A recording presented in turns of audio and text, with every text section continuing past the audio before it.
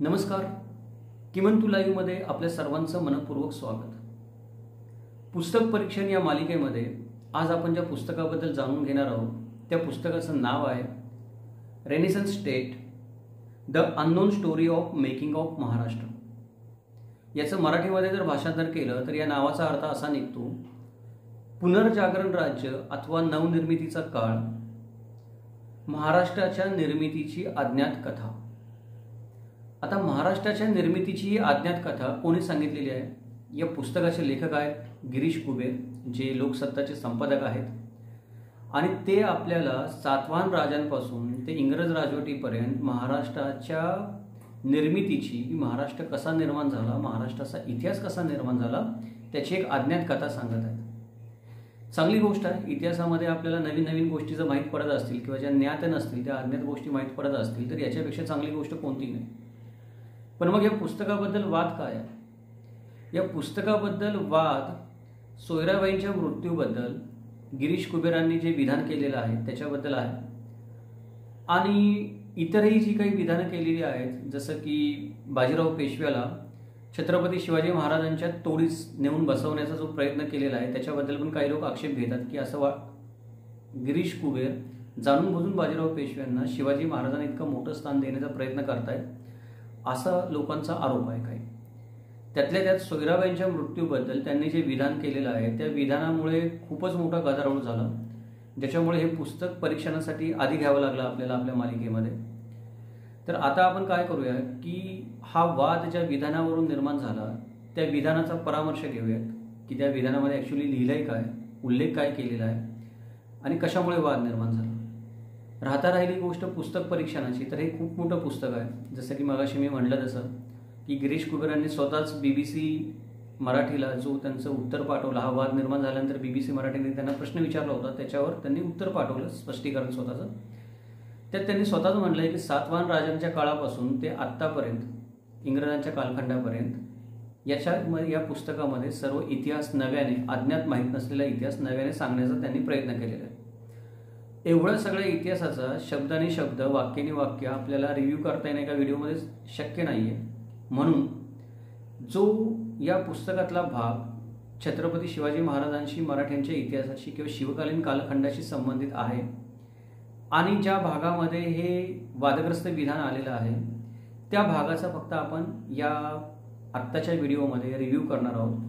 आणि तो भाग येतो एका प्रकरणामध्ये. त्या प्रकरणाचं नाव आहे डेक्कन आफ्टर शिवाजी, म्हणजे शिवाजी महाराजांच्या नंतरचा दख्खनचा भाग, असं या प्रकरणाचं नाव आहे. तर आता ज्याच्यावर वाद निर्माण झाला ते विधान नेमकं काय आपण बघूयात आणि त्या विधानाची थोडी चिकित्सा करूयात आपण तर्कशुद्धपणे की या विधानामध्ये काय काय अर्थ निघतात आणि त्याचे काय काय अर्थ निघू शकतात त्याच्यामधून. तर हे विधान आता मी वाचून दाखवतो, नंतर आपण त्याच्यावर चर्चा करूयात.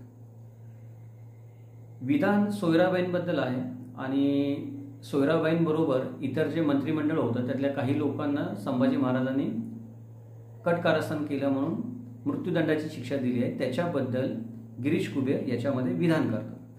ते विधान हे आहे की अखेर वारशाचा वाद संपुष्टात आणण्यासाठी संभाजींनी सोयराबाई आणि त्यांच्याशी निष्ठा असणाऱ्यांना ठार केले. आता इथे ठार केले हा शब्द आहे ना, तो आपण सगळेजण थोडंसं अंडरलाईन करून लक्षात ठेवूया. ठार केले असं स्पष्ट म्हणलेलं. त्याच्या पुढे लिहिलेलं आहे, त्यापैकी काही जण शिवाजीच्या अष्टप्रधान मंडळातील होते. या रक्तपातामुळे शिवाजींनी तयार केलेल्या मौल्यवान अशा, कर्तृत्ववान अशा मंडळींच्या फळीचा अंत झाला. नंतर संभाजींना याची मोठी किंमत चुकवावी लागली. आता आपण या वाक्यावर, ज्याच्यावर आक्षेप आहे त्याच्यावर आपण चर्चा करूया. आक्षेप याच्यावर आहे की या वाक्यामध्ये सरळ सरळ असा आरोप केला जातो की संभाजी महाराजांनी सोयराबाईंना ठार केलं. आता खरोखर संभाजी महाराजांनी सोयराबाईंना ठार केलंय का? तर सोयराबाईंच्या मृत्यूचे उल्लेख जे आपल्याला सापडतात ते प्रामुख्याने आपल्याला 3 उल्लेख सापडतात. पहिला उल्लेख मल्हाररामराव चिटणीसाच्या बकरीमध्ये सापडतो. हे मल्हाररामराव चिटणीस तेच आहेत ज्यांना संभाजीराजांनी हत्तीच्या पायी दिलं, ते बाळाजी आवजी चिटणीस त्यांचे हे वंशज आहेत. त्यामुळे पुष्कळ लोक असं म्हणतात किंवा पुष्कळ इतिहासकार असं म्हणतात की मल्हाररामराव चिटणीसाने जे काही लिहिलेलं आहे ते बाळाजी आवजी चिटणीस हे जे त्याचे पूर्वज आहेत त्यांना संभाजी महाराजांनी हत्तीच्या पायी दिलं, हा राग संभाजी महाराजांवर काढण्यासाठी, संभाजी महाराजांची बदनामी करण्यासाठी मल्हाररामराव चिटणीसाने आकसाने कित्येक गोष्टी संभाजीराजांचं चरित्र हनन करण्यासाठी मुद्दामून दिलेल्या आहेत. आणि त्या गोष्टीमध्ये तथ्य पण आहे. बहुतेक इतिहासकारांचं या गोष्टीबद्दल एकमत देखील आहे. आणि म्हणून मराठ्यांच्या इतिहासाच्या संसाधनामध्ये मल्हाररामराव चिटणीसाची बखर ही सगळ्यात अविश्वसनीय बखर समजली जाते, की तिच्यामध्ये लिहिलेल्या गोष्टी ऐतिहासिक तथ्य म्हणून किंवा ऐतिहासिक पुरावा म्हणून मानल्या जात नाहीत. मग मल्हाररामराव चिटणीसाने सोयराबाईंच्या मृत्यूबद्दल काय वर्णन करून ठेवले? त्याने असं म्हणलं, म्हणजे आता मी शब्दशः सांगत नाही बकरीमध्ये काय आहे ते, त्याचा भावार्थ एवढाच आहे की संभाजीराजे रायगडावर परत आल्यानंतर त्यांनी 400-500 लोकांची कत्तल केली, जे कट कारस्थानामध्ये सामील होते ते. सोयराबाई, राजाराम आणि जानकीबाई यांना कैदेमध्ये टाकलं. नंतर महालात येऊन विचारू लागले की बाईसाहेब कुठे आहेत. नंतर त्यांनी हुकूम दिला की सोयराबाईंना भिंतीमध्ये चिरून टाकावे आणि वरून फक्त दूध देत जावं तिला. आणि हे झाल्यानंतर 3 दिवसांनी सोयराबाई जिवंत होत्या त्या भिंतीमध्ये आणि 3 दिवसांनी त्यांचा जीव गेला. असं वर्णन कोणी केलेलं आहे? मल्हाररामराव चिटणीसाने त्याच्या बखरीमध्ये केलं. पण आता मल्हाररामराव चिटणीसाची बखर जर का प्रत्यक्ष साक्ष म्हणून कोणी लिखाण करत असेल तर त्या माणसावर विश्वास ठेवणं थोडं अवघड आहे. आणि कोणताही संपादक तर तशी गोष्ट मुद्दाम करणार नाही किंवा जाणून बुजून करणार नाही. मल्हारराव चिटणीसाची बकरीचा संदर्भ देऊन कोणत्याही नावाजलेल्या वर्तमानपत्राचा संपादक अशा प्रकारचं विधान करणार नाही. मग याच्यावर तोड काय काढतात गिरीश कुबेर? गिरीश कुबेर मल्हाररामराव चिटणीसाचं नावच घेत नाहीत. गिरीश कुबेर काय म्हणतात की मी जदुनाथ सरकार आणि हंसराज मेहता यांच्या संदर्भाने मी हे पुस्तक लिहिलेलं आहे आणि इतरही बाकीचे संदर्भ आहेत. त्या संदर्भांची नावं त्यांनी काय केलेली संदर्भ ग्रंथाची आता इथे माझ्याकडे आहेत ती नावं त्यांनी खाली दिलेली आहेत. पण यातली ही 2च नावं महत्त्वाची आहेत, बाकीची नावं महत्त्वाची नाही आहेत. त्यातले जदुनाथ सरकारांचं जे नाव घेतात ते जदुनाथ सरकारांनी जे काही शिवाजी महाराजांबद्दल किंवा मराठ्यांबद्दल किंवा संभाजी महाराजांबद्दल लिहिलेलं आहे ते त्यांनी स्वतःच असं म्हणलेलं आहे की त्यांनी श्री दिग्विजय बखर आणि मल्हाररामराव चिटणीसाच्या बकरीच्या आधाराने लिहिलेलं आहे. त्याच्यामुळे त्यांचं लिखाण देखील एकांगी झालेलं आहे. म्हणजे जदुनाथ सरकार त्यांच्या जागी किती मोठे इतिहासकार असतील तरी मराठ्यांचा इतिहास लिहिताना त्यांच्याकडून चूक झालेली आहे. त्यांनी चुकीच्या संदर्भाचा आधार घेऊन ती मतं मांडलेली आहेत हे आता सिद्ध झालेलं आहे. म्हणजे गिरीश कुबेर करतात काय की डायरेक्ट मल्हाररामराव चिटणीसाचं नाव घेत नाहीत संदर्भ म्हणून, ते जदुनाथ सरकाराचं नाव घेतात आणि सर्वसामान्य माणसाला कळत नाही की काय झालंय ते. म्हणजे एकतर हे ठार केलं हे विधानच चुकीचं आहे मल्हारराव चिटणीसाची बखर वापरली असेल तर. त्याच्यानंतर डॉक्टर कमल कोकले यांनी त्यांच्या पुस्तकामध्ये शिवपुत्र संभाजी या पुस्तकामध्ये एका इंग्रज पत्राचा आपल्याला संदर्भ दिलेला आहे. त्या इंग्रज पत्रामध्ये आपल्याला असं कळतं त्या पत्रावरून की त्यात असा उल्लेख आहे की राजारामाची आई मेली आणि संभाजीराजाने तिला विषप्रयोग करून मारली असावी अशी वदंत आहे. म्हणजे इंग्रज कुणाला तरी कुठेतरी पत्र लिहितात असं गृहीत धरून चालू आपण. आता आपण त्या संदर्भामध्ये डिटेलमध्ये जायला नको, कोणी कोणास काय म्हणले कधी म्हणले. पण इंग्रजांच्या पत्रावरून जर का कोणी असं म्हणत असेल की संभाजीराजांनी सोयराबाईंची हत्या केली तर ते इंग्रजांच्या म्हणण्यावरून सिद्ध होत नाही. कारण कोणताही इंग्रज तिथे बघायला नव्हता. जेव्हा विषप्रयोग झाला किंवा विषप्रयोग केला किंवा काय असेल ते बघायला कोणता इंग्रज रायगडावर नव्हता. आणि इंग्रजांना जरी विषप्रयोग झाला असेल तरी इंग्रजांना एक कळायला भरपूर वेळ लागला असणार आहे. जर विषप्रयोग झाला हे इंग्रज सांगतायत तर कोणी केला ते पण त्यांनी सांगावं, एवढी बातमी त्यांच्यापर्यंत पोहोचली तर. त्यामुळे इंग्रजांचं हे पत्र पण विश्वसनीय मानता येत नाही. तिसरी जी आपल्याला याच्यामध्ये सोयराबाईंच्या मृत्यूबद्दल माहिती मिळते ती मराठ्यांच्या छोट्या बकरीमध्ये मिळते. त्याच्यामध्ये असं म्हणलंय की सोयराबाईंनी फाशी लावून घेतली स्वतः. म्हणजे आता तिन्ही जर संदर्भ आपण तपासले तर तिन्ही संदर्भामध्ये काय होतं की मल्हाररामराव चिटणीसाची बखर सोडली तर उरलेल्या 2 संदर्भामध्ये ज्या गोष्टी आहेत त्या शक्यता दाखवतात की विषप्रयोग केला असावा, फाशी लावून घेतली. त्याच्यामध्ये संभाजीराजांचं नाव कुठेही येत नाही. मल्हाररामराव चिटणीस संभाजीराजांचं नाव घेतो त्याला काही अर्थ नाहीये. या जगामध्ये जे जे काही वाईट झाले ते सगळे संभाजीराजांमुळेच झाले असं मल्हारराव चिटणीसाची जन्मजात धारणा आहे, त्याच्या लिखाणावरून सिद्ध झालेलं आहे.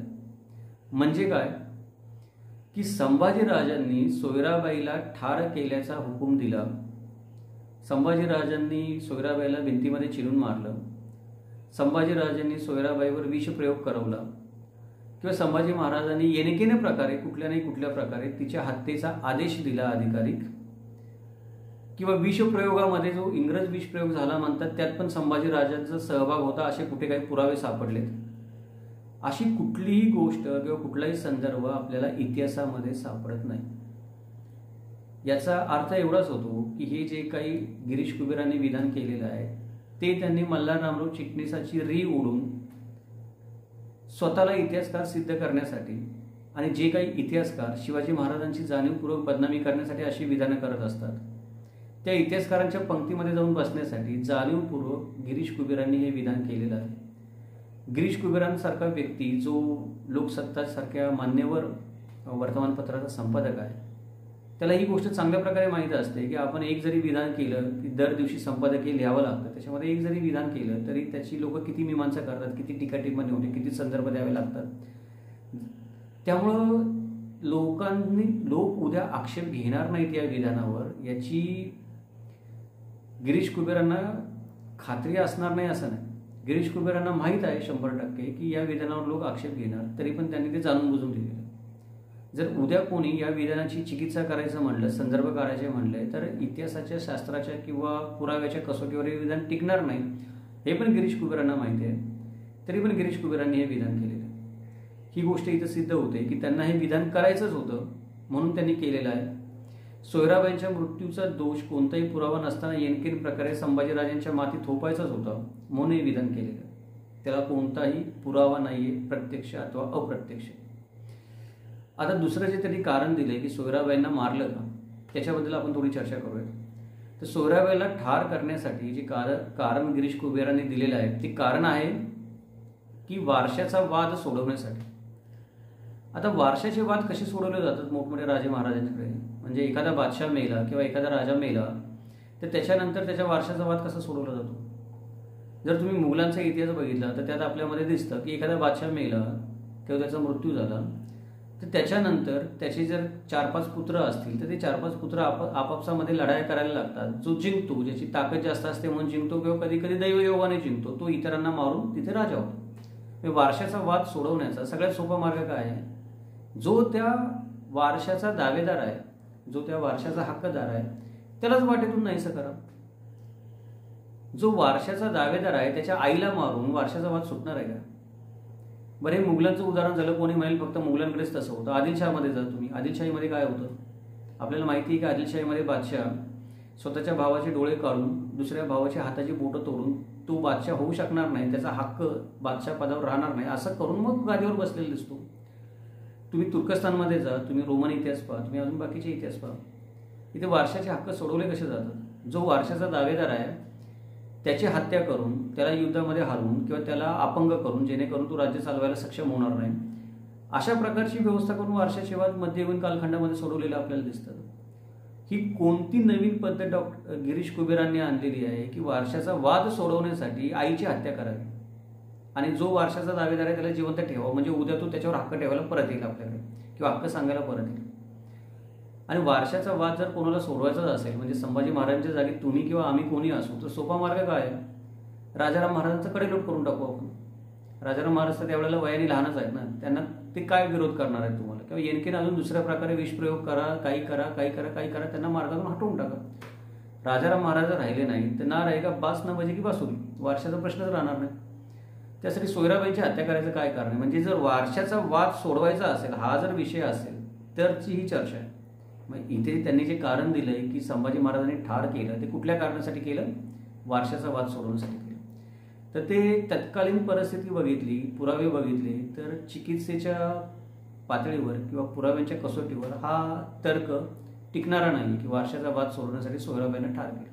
हे फक्त मी म्हटलं मगाशी तसं की सोयराबाईंवर, संभाजी महाराजांवर सोयराबाईंच्या हत्येचा दोष थोपायचा, पण कारण काय द्यायचं म्हणून एक कारण दिलेलं आहे. त्याच्यानंतर त्यांनी पुढं काय म्हणलेलं आहे याच्यामध्ये की मौल्यवान जी माणसांची फळी होती ती मौल्यवान माणसांची फळी नष्ट झाली. आता ज्या लोकांना संभाजी महाराजांनी हत्तीच्या पायी दिलं त्या लोकांमध्ये ती सगळी माणसं इमानी होती, मेहनती होती छत्रपती शिवाजी महाराजांच्या कालखंडामध्ये, आणि त्यांनी स्वराज्य वाढवण्यासाठी श्रम घेतले भरपूर, ही पण गोष्ट खरी आहे. पण त्यातली अशी किती मौल्यवान आणि कर्तबगार माणसं होती की उद्या औरंगजेबाने आक्रमण केलं असतं तर लढले असते किंवा मुत्सद्देगिरी दाखवली असते, औरंगजेबाचं आक्रमण थोपवून धरलं असतं किंवा परत औरंगजेबाचं आक्रमण त्यांनी पिटाळून लावलं असतं. असे किती लोक होते.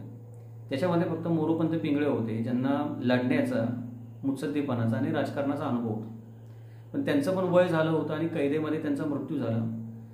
कोणाच्या मृत्यूचं किंवा कोणाला शिक्षा दिली त्याचं समर्थन होऊ शकत नाही किंवा मानवी जीवनाची किंमत आहे, एखाद्या मानवी जीवनाचा अस्तं होतो. भले तो त्याने काही चूक केली असेल म्हणून शिक्षेच्या रूपात होतो, तरी पण मानवी जीवनाचा जो काही अस्तं होतो आपल्या मानवी समाजामध्ये, ती हानी कधी भरून येणारी नसते. त्यामुळे कोणी कोणाला मारलं, भले त्याचा दोष असला, शिक्षा दिली म्हणून पण आपण त्याचं समर्थन नाही करू शकत की तो एक जीव गेलेला असतो. तो शिक्षा द्यावी लागली मजबुरी म्हणून काहीतरी, पण जीव गेला माणसाचा, हे महत्त्वाचं. त्यामुळे माणसाचा जीव गेला त्याचं आपण समर्थन नाही करत आहे. पण विषय हा आहे की हे जे तर्क इथे दिलेलं आहे गिरीश कुबेराने, तो टिकत नाही. अनाजी दत्तो कोण होते? अनाजी दत्तो या कट कारस्थानाचे कर्ता धर्ता होते, हे सिद्ध झालेलं आहे. सूत्रधार कोण होता ते कळलेलं नाही, पण कर्ता धर्ता अनाजी दत्तो होते ही गोष्ट आज सिद्ध झालेली आहे पुराव्यानिशी. आता ते कट कारस्थान काय होतं, ते कोणी कधी कसं रचलं, त्याच्यामध्ये आपण खोलामध्ये या व्हिडिओमध्ये जात नाही आहोत.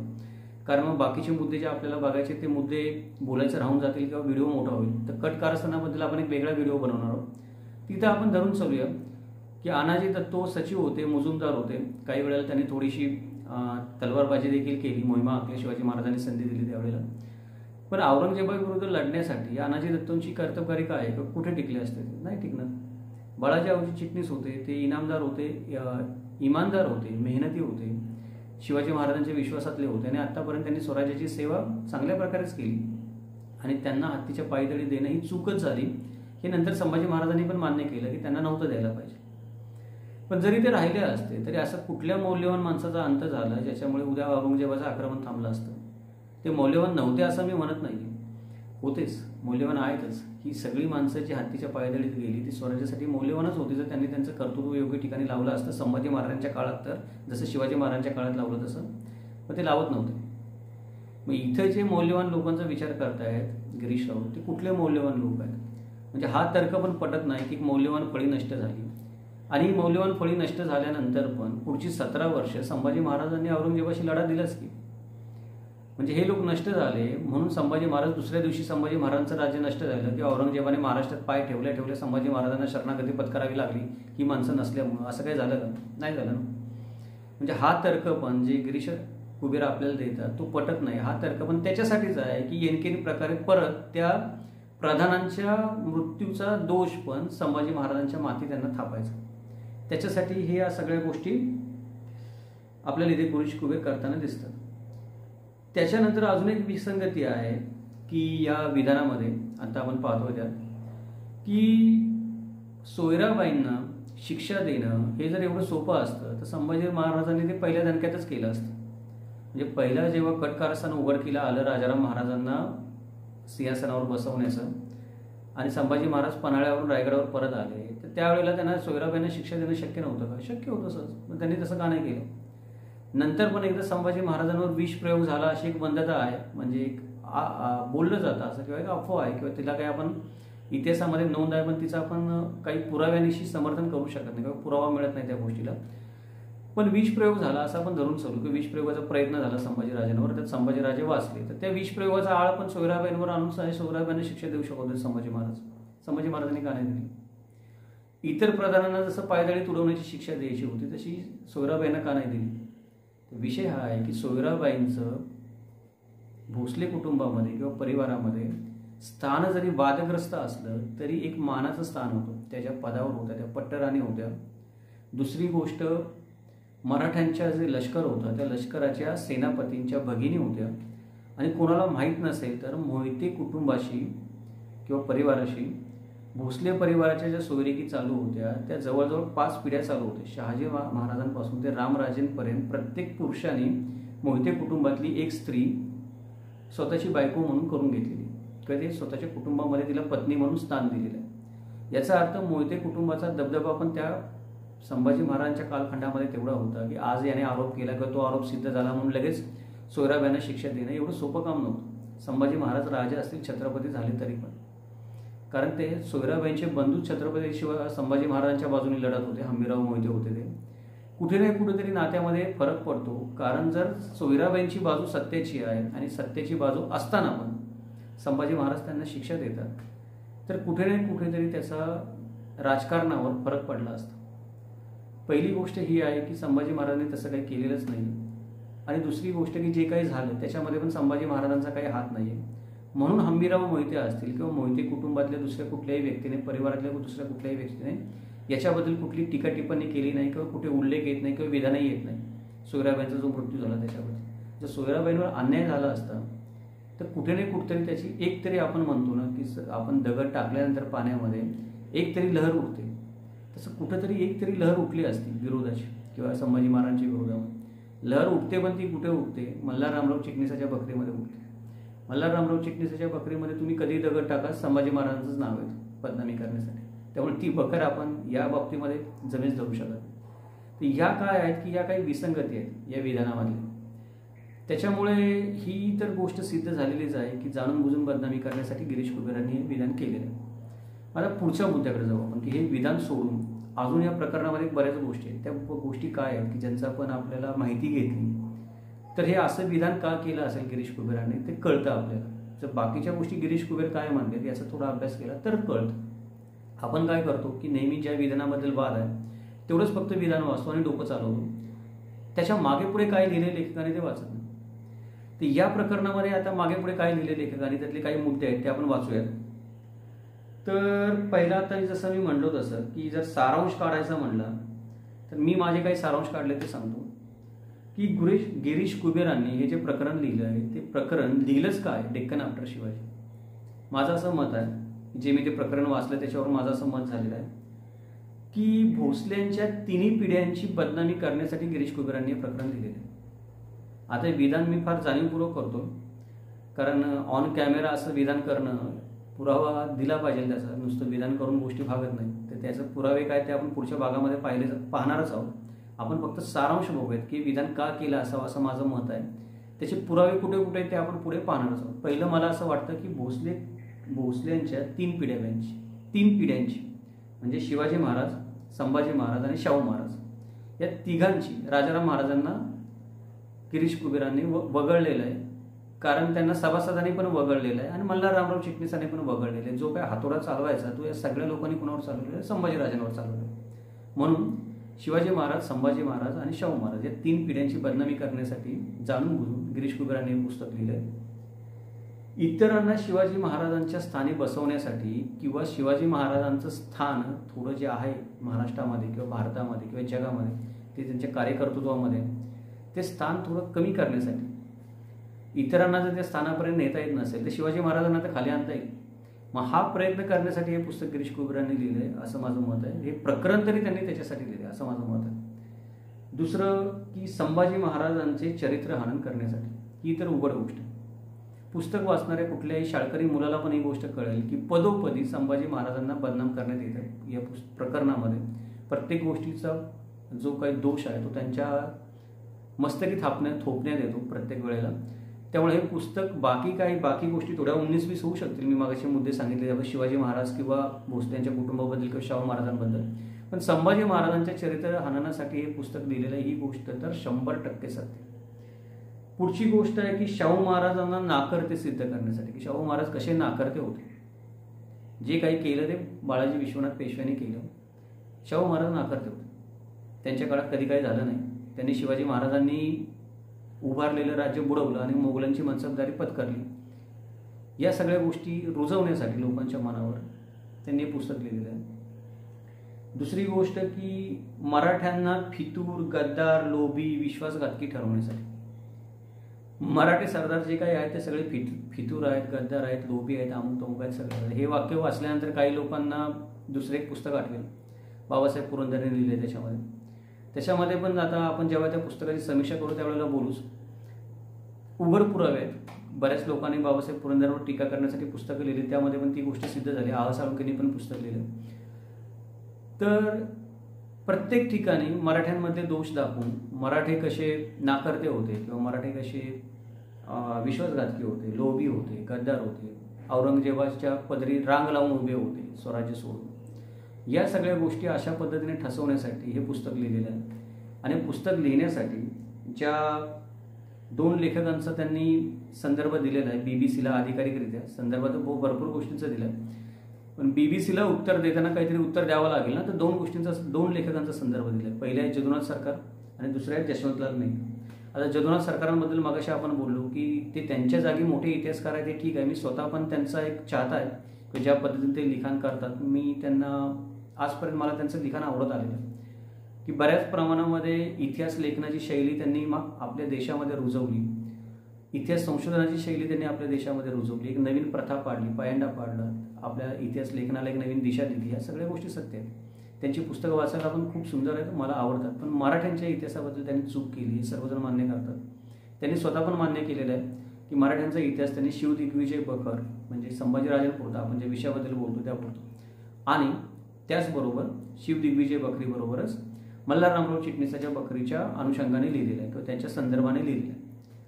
आता याचा अर्थ काय झाला की जर तुम्ही या लोकांच्या अनुषंगाने किंवा संदर्भाने इतिहास लिहित असाल तर तो चुकीचाच लिहिला जाणार आहे. त्यामुळे जदुनाथ सरकारांचा विचार जर फक्त या विषयापुरता करायचा म्हटला तर जदुनाथ सरकार चुकीचे ठरतं. त्यामुळे कोणी असं म्हणत असेल की मी जदुनाथ सरकारांचा संदर्भ घेऊन संभाजी महाराजांबद्दल लिहिलेला आहे, तर त्या माणसाने एकतर माहीत नसावं त्याला इतिहास संशोधन कसं करावं, किंवा जाणून बुजून लबाडी करण्यासाठी तो म्हणून जदुनाथ सरकारांचं नाव घेतोय कारण त्याला मल्हाररामराव चिटणीसाचं नाव लपवायचं, जसं आपण मगाशी म्हणलो तसं. दुसरी गोष्ट जसवंतलाल मेहता आहेत. तर जसवंतलाल मेहता पण आपल्या भारतामधले मान्यवर इतिहासकार आहेत. त्यांनी भारताचा इतिहास वेगवेगळ्या पुस्तकांमध्ये खंडांमध्ये लिहिलेला आहे. पण कोणी असं म्हणायचं धाडस करणार नाही की जसवंतलाल मेहता हे मराठ्यांच्या इतिहासासाठी सिद्ध हस्त लेखक आहेत. जसवंतलाल मेहतांचा शब्द शेवटचा मराठ्यांच्या इतिहासाबद्दल असं विधान कोणी करणार. ते कुठलेही लेखक असतील, इतिहासकार असतील किंवा अजून मान्यवर असतील, कुठलेही असं म्हणून उपमर्यादा करू नये. बोलता बोलता निघून गेलं. आपल्या देशामध्ये त्यांनी इतिहास लेखनामध्ये भरपूर योगदान दिलेलं आहे. त्यांच्या जागी ते श्रेष्ठच आहेत. पण मराठ्यांच्या इतिहासामध्ये आपण त्यांचं नाव नाही घेऊ शकत की जसवंतलाल मेहतांचा शब्द शेवटचा कुठल्याही बाबतीमध्ये, किंवा संभाजी महाराजांच्या बाबतीमध्ये किंवा सोयराबाईच्या हत्येबद्दल जसवंतलाल मेहतांचा शब्द शेवटचा असं नाही म्हणू शकत. त्यामुळं ही जी उत्तर किंवा हे जे लेखकांची नावं गिरीश कुबेर आपल्याला देत आहेत की मी संदर्भ म्हणून वापरले, ती नावच टिकत नाहीत. ही नावं चुकीची आहेत किंवा या नावाने जर तुम्ही हा इतिहास सांगत असाल तर तुम्ही चुकीचा इतिहास सांगताय. आणि एखादा लोक परत एकदा तेच वाक्य ते आता परत येणार दरवेळेला. लोकसत्तासारख्या वर्तमानपत्राच्या संपादकपदी बसून जर तुम्ही ही गोष्ट करत असाल आणि तुमच्या लक्षात येत नसेल तर तुम्ही ती जाणून बुजून केली. ह्याच्यावर दुसरं काही समर्थन होऊ शकत नाही. त्यामुळं ही झाली काही कारणं की गिरीश कुबेरांनी हे प्रकरण का लिहिलेलं असं. आता या वादाव्यतिरिक्त सोयराबाईंच्या आता हे जे काही मी बोललो की मी आता आरोप लावले एवढे की भोसले यांच्या 3 पिढ्यांची बदनामी करण्यासाठी केलं, शाहूराजांना नाकारते सिद्ध करण्यासाठी केलं. आता ते सिद्ध कसे करायचे. तर गिरीश कुबेरांनी या प्रकरणामध्ये जी मुक्ताफळं उधळली आहेत दुसरी, ती मुक्ताफळं आपण बघूयात की त्यांनी कोणाकोणाबद्दल काय काय म्हणलंय आणि त्याच्यातून काय काय सिद्ध होतंय. मग मी आता त्यांच्याबद्दल जे 4-5 त्यांच्यावर आरोप लावले ते सिद्ध होतं का नाही होतं ते आपण बघूया. तर पहिलं जे विधान त्यांनी केलेलं आहे की संभाजी पन्हाळ्यावर कैदेत होतं. संभाजी महाराज पन्हाळ्यावर कैदेत नव्हते, सिद्ध झालेलं आहे. वासी बेंद्रे आपण वाचू शकतो, आपण कमल गोखले वाचू शकतो, तुम्ही कुठलेही पुस्तक वाचा.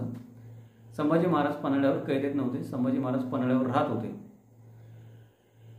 इथे गिरीश कुबेर आहेत रेटून बोलतात की संभाजी महाराज पन्हाळ्यावर कैदेमध्ये होते. बरोबर, कोणी कैदेमध्ये ठेवलं त्यांना, पण त्यांना कैदेमध्ये ठेवलं आपण म्हणतो की संभाजी महाराज पन्हाळ्यावर कैदेत होते, तर त्यांना पकडून आणण्यासाठी फौज घेऊन बाकीच्या कटकारस्थानी लोकांना जायची काय गरज होती. कैदेत होते तर हुकूम सोडून मागवलं असतं ना घेऊन या म्हणून.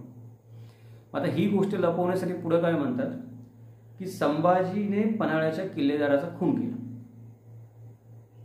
आता या गोष्टीबद्दल काय आहे की संभाजी महाराजांना कटकारस्थानाचा सुगावा लागल्यानंतर त्यांनी पन्हाळ्यावर काही लोकांची धरपकड केली, ही गोष्ट खरी आहे. 1-2 लोक याच्यामध्ये सापडले देखील असतील की संबंधामध्ये कटकारस्थान करणारे, त्यातल्या 1-2 लोकांना शिक्षा देखील केली असेल. काही लोकांना देहांताची देखील शिक्षा केली असेल, जसं काही बकरीमध्ये उल्लेख येतो तसं. खऱ्या खोट्या बकरी तो वेगळा विषय, तो आपण बकरींचा वेगळी आपली मालिका चालू आहे त्याच्यामध्ये बोलतोच आहोत. पण आपण धरून चालूयात. आता काही लोकांना जर त्यांनी देहांताची शिक्षा जरी केली असेल तरी तिला शिक्षा म्हणलं पाहिजे ना. जर संभाजी महाराजांना कळतंय की माझ्या विरुद्ध कटकारस्थान होत आहे, मला पकडायला फौज घेऊन येते आणि हा अमुक एक माणूस आहे, तो किल्ल्याचे दरवाजे उघडून मला कैद करून त्यांच्या स्वाधीन करणार आहे, तर त्याला काय करावं संभाजी महाराजांनी. बरं त्याला सांगून पण ऐकत नसेल, तू त्यांचीच बाजू घेत असेल अजून पण, तर त्याला जर त्यांनी देहदंडाची शिक्षा दिली असेल तर त्याला खून कसं म्हणणार? शिक्षा म्हणू शकतो ना आपण. आणि त्या किल्लेदार असेल, अजून कोणी असेल, त्याला पकडलं असं म्हणलेलं आहे बऱ्याच साधनांमध्ये, पकडलेलं आहे त्याला. आणि जरी शिक्षा दिली तरी शिक्षा दिली हा शब्द वापरला पाहिजे. संभाजीने खून केला अशी जेव्हा आपण शब्द वापरतो तेव्हा ते जाणून बुजून वापरतो. आपण काय केलं पाहिजे? मगाशी पण मी जसं म्हणलं तसं की सोयराबाईंना तुम्ही ठार केला असा आरोप करता, सोयराबाईंना संभाजीराजांनी ठार केला असा तुम्ही आरोप करता, तर ठीक आहे, आरोप करण्याचं स्वातंत्र्य तुम्हाला आहे, कारण तुम्ही कुठेतरी ते वाचलेलं असेल. भले चुकीच्या बकरीवरून पण तुम्ही तो संदर्भ घेतला असेल, पण तो संदर्भ चुकीच्या बकरीवरून घेऊन तसं विधान करताना जर तुम्ही खरोखर इतिहासकार असाल तर तुम्ही काय केलं पाहिजे की बाकीच्या इतिहासकारांनी पण काय म्हटलंय ते सांगितलं पाहिजे. की सोयराबाईंचा मृत्यू कसा झाला हे बाकीच्या बकरीमध्ये काय म्हटलं हे तुम्ही सांगितलं पाहिजे ना. तुम्ही जर फक्त तुमच्या सोयीचे जे इतिहासकार आहेत किंवा तुम्हाला जे मत मांडायचं आहे त्याला समर्थन ज्याच्या इतिहासकाराचं होऊ शकतं, बकरकाराचं होऊ शकतं, त्या बकरकाराचा संदर्भ तुम्ही देऊन तुमचं मत मांडणार असाल तर मग याचा अर्थ काय आहे की तुम्हाला खोटा इतिहास लिहायचा आहे, तुम्हाला खरा इतिहास लिहायचा आहे. मग इथे पण मी ही गोष्ट मान्य करू शकतो की चला ठीक आहे, संभाजी महाराजांनी कोणाला तरी शिक्षा दिली असेल देहदंडाची, पण त्याचा उल्लेख शिक्षा दिली असा झाला पाहिजे. खून केला कोणाला म्हणतात? कोणीतरी मागून गेला, चाकू खुपसला आणि त्याचा खून केला. इथे संभाजी महाराजांना, आता मगाशी काय झालं की मगाशी संभाजी महाराजांना कैदी साबित करण्याचा प्रयत्न केला. आता संभाजी महाराजांना फक्त संभाजी महाराज फक्त सोयराबाईचे खुनी नाहीत, संभाजी महाराज पन्हाळ्याच्या किल्लेदाराचे पण खुनी आहेत असा आरोप केला जातो, ज्याला काही पुरावा नाही. आणि एखाद्या वर्तमानपत्राच्या संपादकाकडनंही अपेक्षा नाही की तो संदर्भासहित ही गोष्ट बोलेल म्हणून. आता जर आपण बाकीची पुस्तकं बघितली, आपण बाबासाहेब पुरंदरेच्या पुस्तकाचं उदाहरण घेऊया, कारण ते सगळ्यांना माहीत आहे. तर ते पुस्तक तुम्ही वाचलं असेल तर तुम्हाला दिसेल की प्रत्येक प्रकरणाच्या खाली ते प्रकरणासाठी कुठले संदर्भ घेतले, ते 1, 2, 3, 4 नावं दिली, जिथे वादाचे विषय येऊ शकतात, ते 1, 2, 3, 4 मुद्दे दिले, ते कुठला मुद्दा कुठल्या पुस्तकातून आलाय त्याचा संदर्भ दिला. तर किमान तेवढी तरी साधन सुचिता गिरीश कुबेरांनी पाळायला पाहिजे होती. गिरीश कुबेरांनी काय केले की विधान केले, पण त्या प्रकरणाच्या शेवटी ते विधान कुठल्या तुम्ही पुस्तकातून घेतलंय त्याचा संदर्भच नाही. संदर्भ ग्रंथांची यादी कुठे, सगळं पुस्तक संपल्यावर. म्हणजे याचा अर्थ काय की मी विधान करतो, तुमचं तुम्ही जाऊन शोधा. मी पुस्तकांची यादी दिली तर कुठल्या पुस्तकात कुठल्या पानावर काय लिहिलं तुमचं तुम्ही शोधा, तुमचं तुम्ही ठरवा, तुमचं तुम्ही काय करायचं ते करा. मी विधान करणार, मी काय सांगत बसणार नाही. मी यादी दिली. याला इतिहासकार म्हणतात काय? नाही म्हणत. म्हणजे हा फक्त सोयराबाईंचा आणि त्या पन्हाळ्याच्या किल्लेदाराचाच खून नाहीये, हा इतिहासाचा पण खून आहे. अशा प्रकारचा कोणी इतिहास लिहित असेल तर. पुढच्या मुद्द्याकडे जाऊयात. आता इथं हंबीरराव मोहितेंचं नाव आलं पाहिजे ना. म्हणजे संभाजी महाराजांच्या विरोधातल्या कट कारस्थानांमध्ये जर सोयराबाईंची भूमिका आहे तर त्याच्यामध्ये हंबीरराव मोहितेंनी संभाजीराजांना साथ दिली होती, तर किमान त्या कट कारस्थानामध्ये हंबीरराव मोहितेंचा एकदा तरी उल्लेख आला पाहिजे, जे पुस्तक तुम्ही लिहिताय त्याच्यामध्ये. तर या प्रकरणामध्ये हंबीरराव मोहितेंचा उल्लेखच केलेला नाही गिरीश कुबेरांनी. म्हणजे काय आहे, जर हंबीरराव मोहितेंचा उल्लेख केला तर काय होतं, जर सोयराबाईंचा सक्का भाऊच संभाजीराजांना सामील होतो, मग सोयराबाईंना कशा पद्धतीनं संभाजीराजे ठार करू शकतात हा प्रश्न उपस्थित होऊ शकतो ना, शंका घ्यायला. मग शंका घ्यायला प्रश्नच उपस्थित होऊ नये म्हणून गिरीश कुबेर काय करतात, हंबीररावांचा उल्लेखच करत नाहीत. जर हे पुस्तक परदेशातल्या एखाद्या माणसाने वाचलं, त्याला हंबीरराव कोण आहे ते माहीत नसेल, तो मराठ्यांचा इतिहास हे पुस्तक वाचत असेल तर त्याचा काय ग्रह होणार की हंबीरराव नावाचा कोणी भाऊ नव्हता, कोणी काही नव्हतं सोयराबाईंचा, कोणी सेनापती नव्हता, त्याने संभाजी महाराजांची काही साथबीत केली नव्हती बहिणीच्या विरोधामध्ये जाऊन.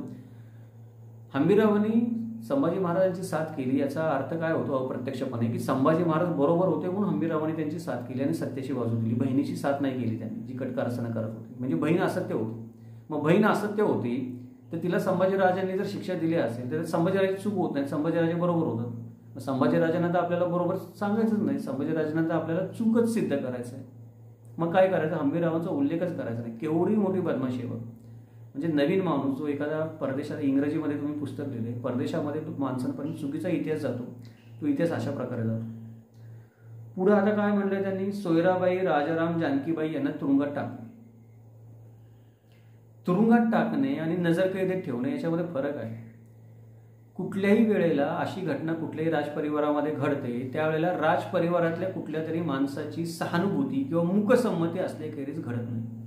म्हणजे कुठल्याही राजपरिवारामध्ये एखाद्या व्यक्तीविरुद्ध बंड होतं, त्याची सत्ता उलटवून टाकण्याचा प्रयत्न केला जातो, त्याला पकडण्याचा प्रयत्न केला जातो, त्यावेळेला कुठल्याही राजपरिवाराच्या विरोधात जाण्याची, त्या राजपरिवाराच्या सेवकांची तेवढी छाती होत नसते कधी स्वतःहून, जोपर्यंत राजपरिवारातल्या दुसऱ्या कुठल्या तरी माणसाची त्यांना साथ नाही किंवा फूस नाही.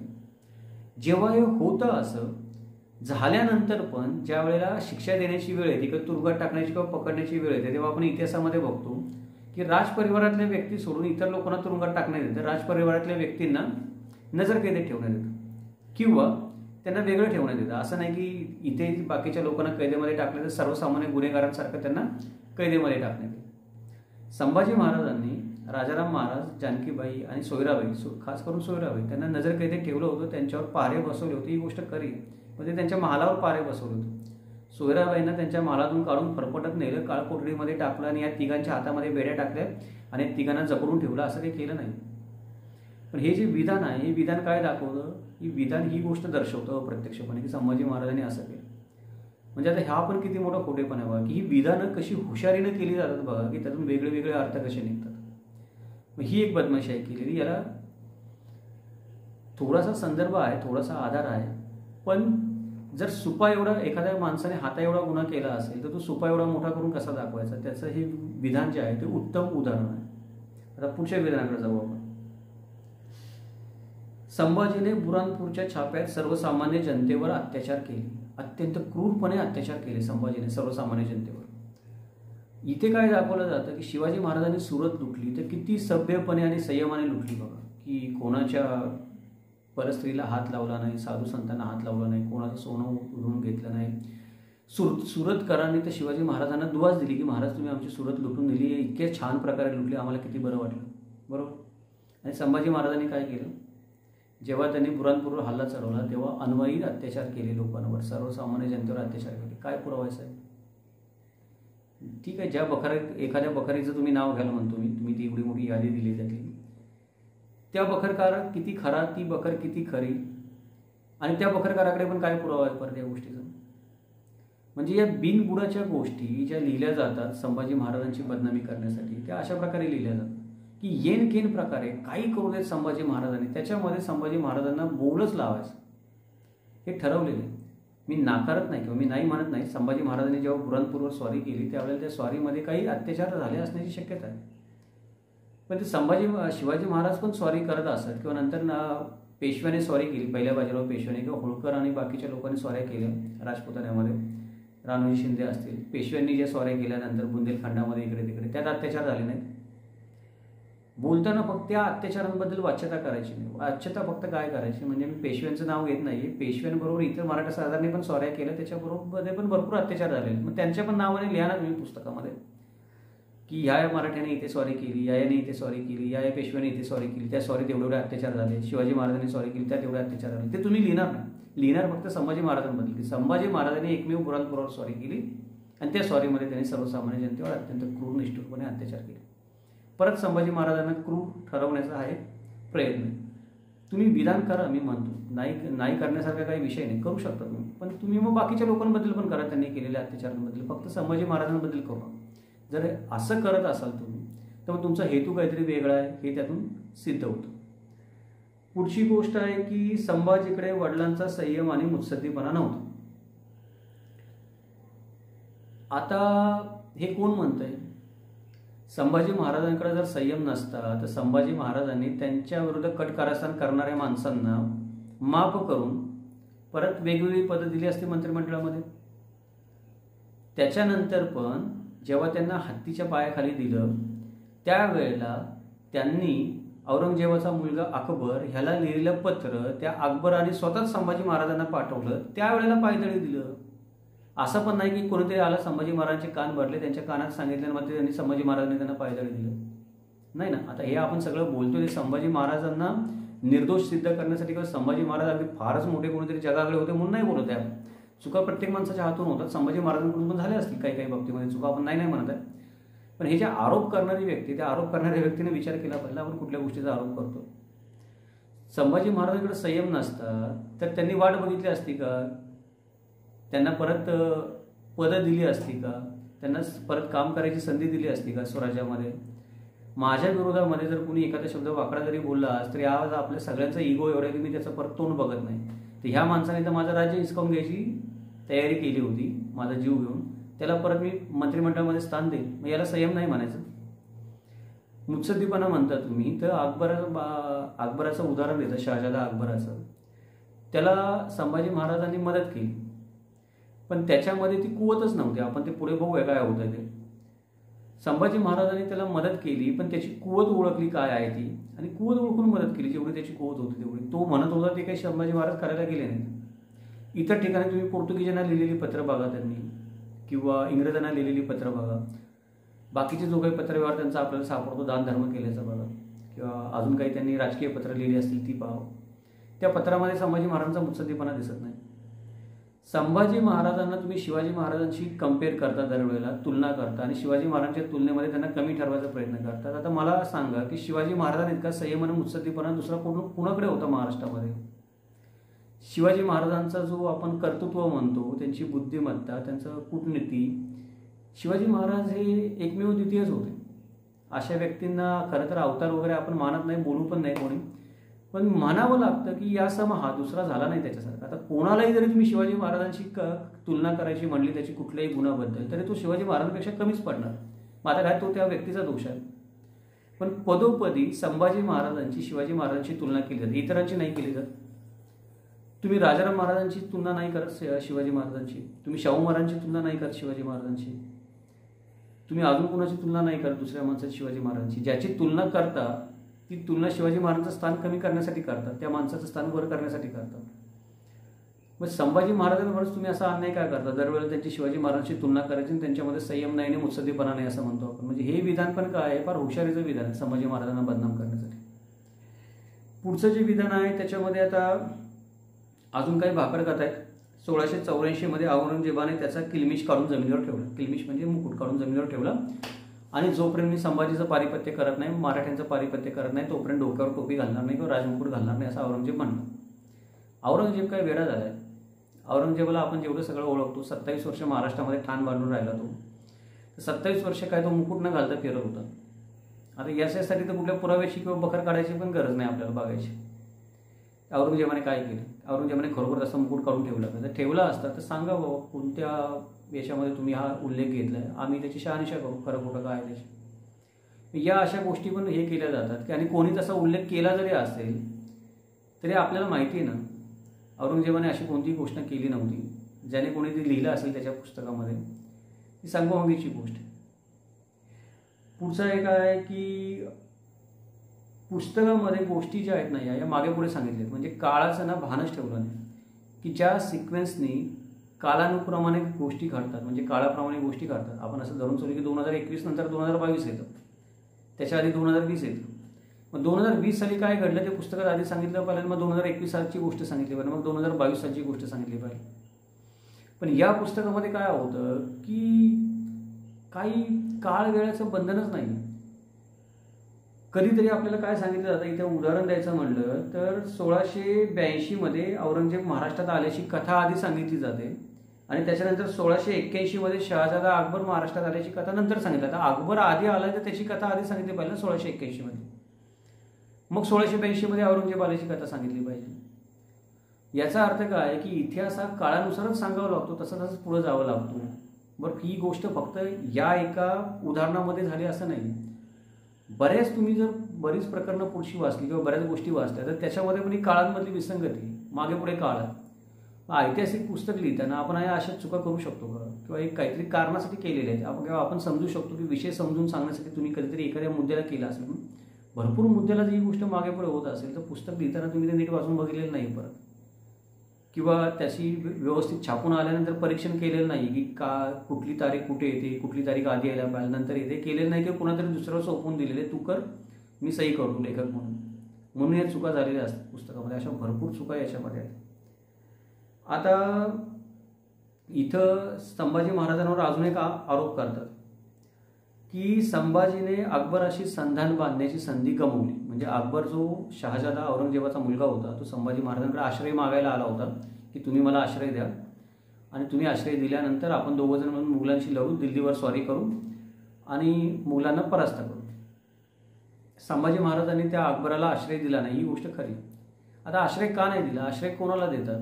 ज्याचा काहीतरी आपल्याला फायदा असेल त्याला आश्रय देतात ना. शहजादा अकबराची ताकदच किती होती. त्याला ना मुघल सैनिकांचा सपोर्ट होता, ना मुघल फॅमिलीमध्ये कोणाचा सपोर्ट होता. त्याच्या स्वतःमध्ये एवढं कर्तृत्व नव्हतं की तो स्वतःच्या जीवावर फौज उभी करेल किंवा लढेल किंवा जिंकेल किंवा स्वतःच्या हिमतीवर राज्य उभं करेल.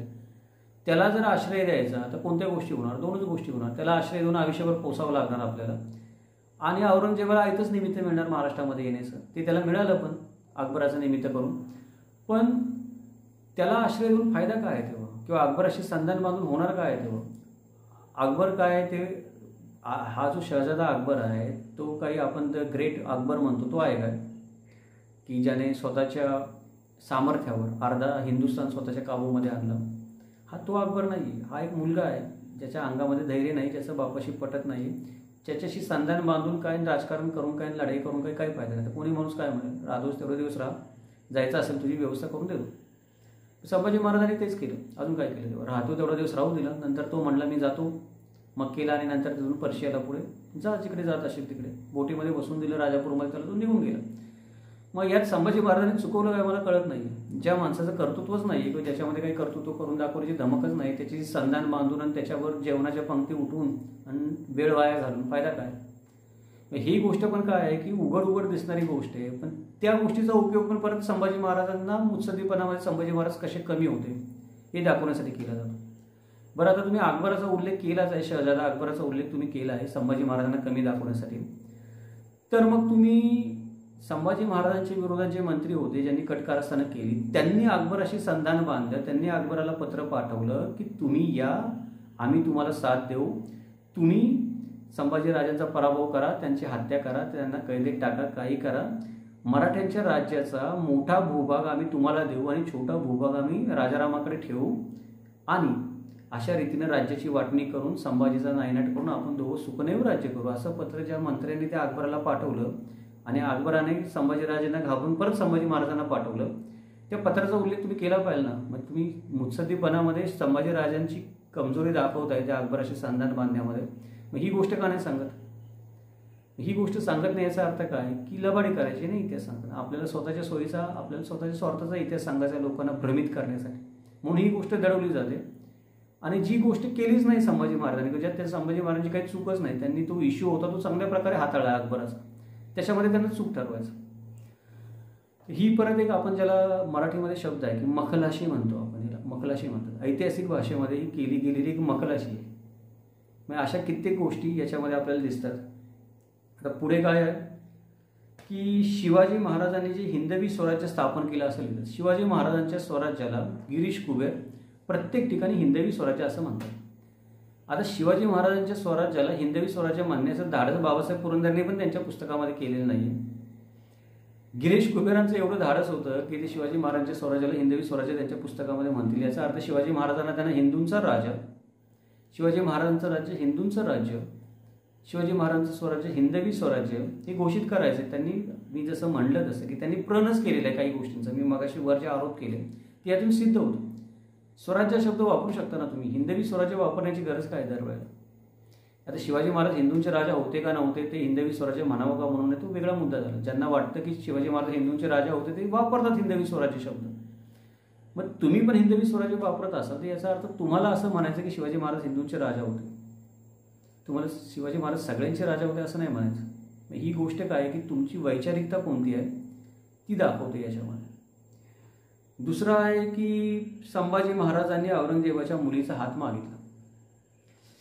आता एक तर ते मल्हार रामराव चिटणीसाला काही काम नाही, मग अशी मी म्हणलो तसं की त्याने काय काय कथा लिहिल्या संभाजी महाराजांना बदनाम करण्यामध्ये, त्याच्यामध्ये ही एक कथा आहे.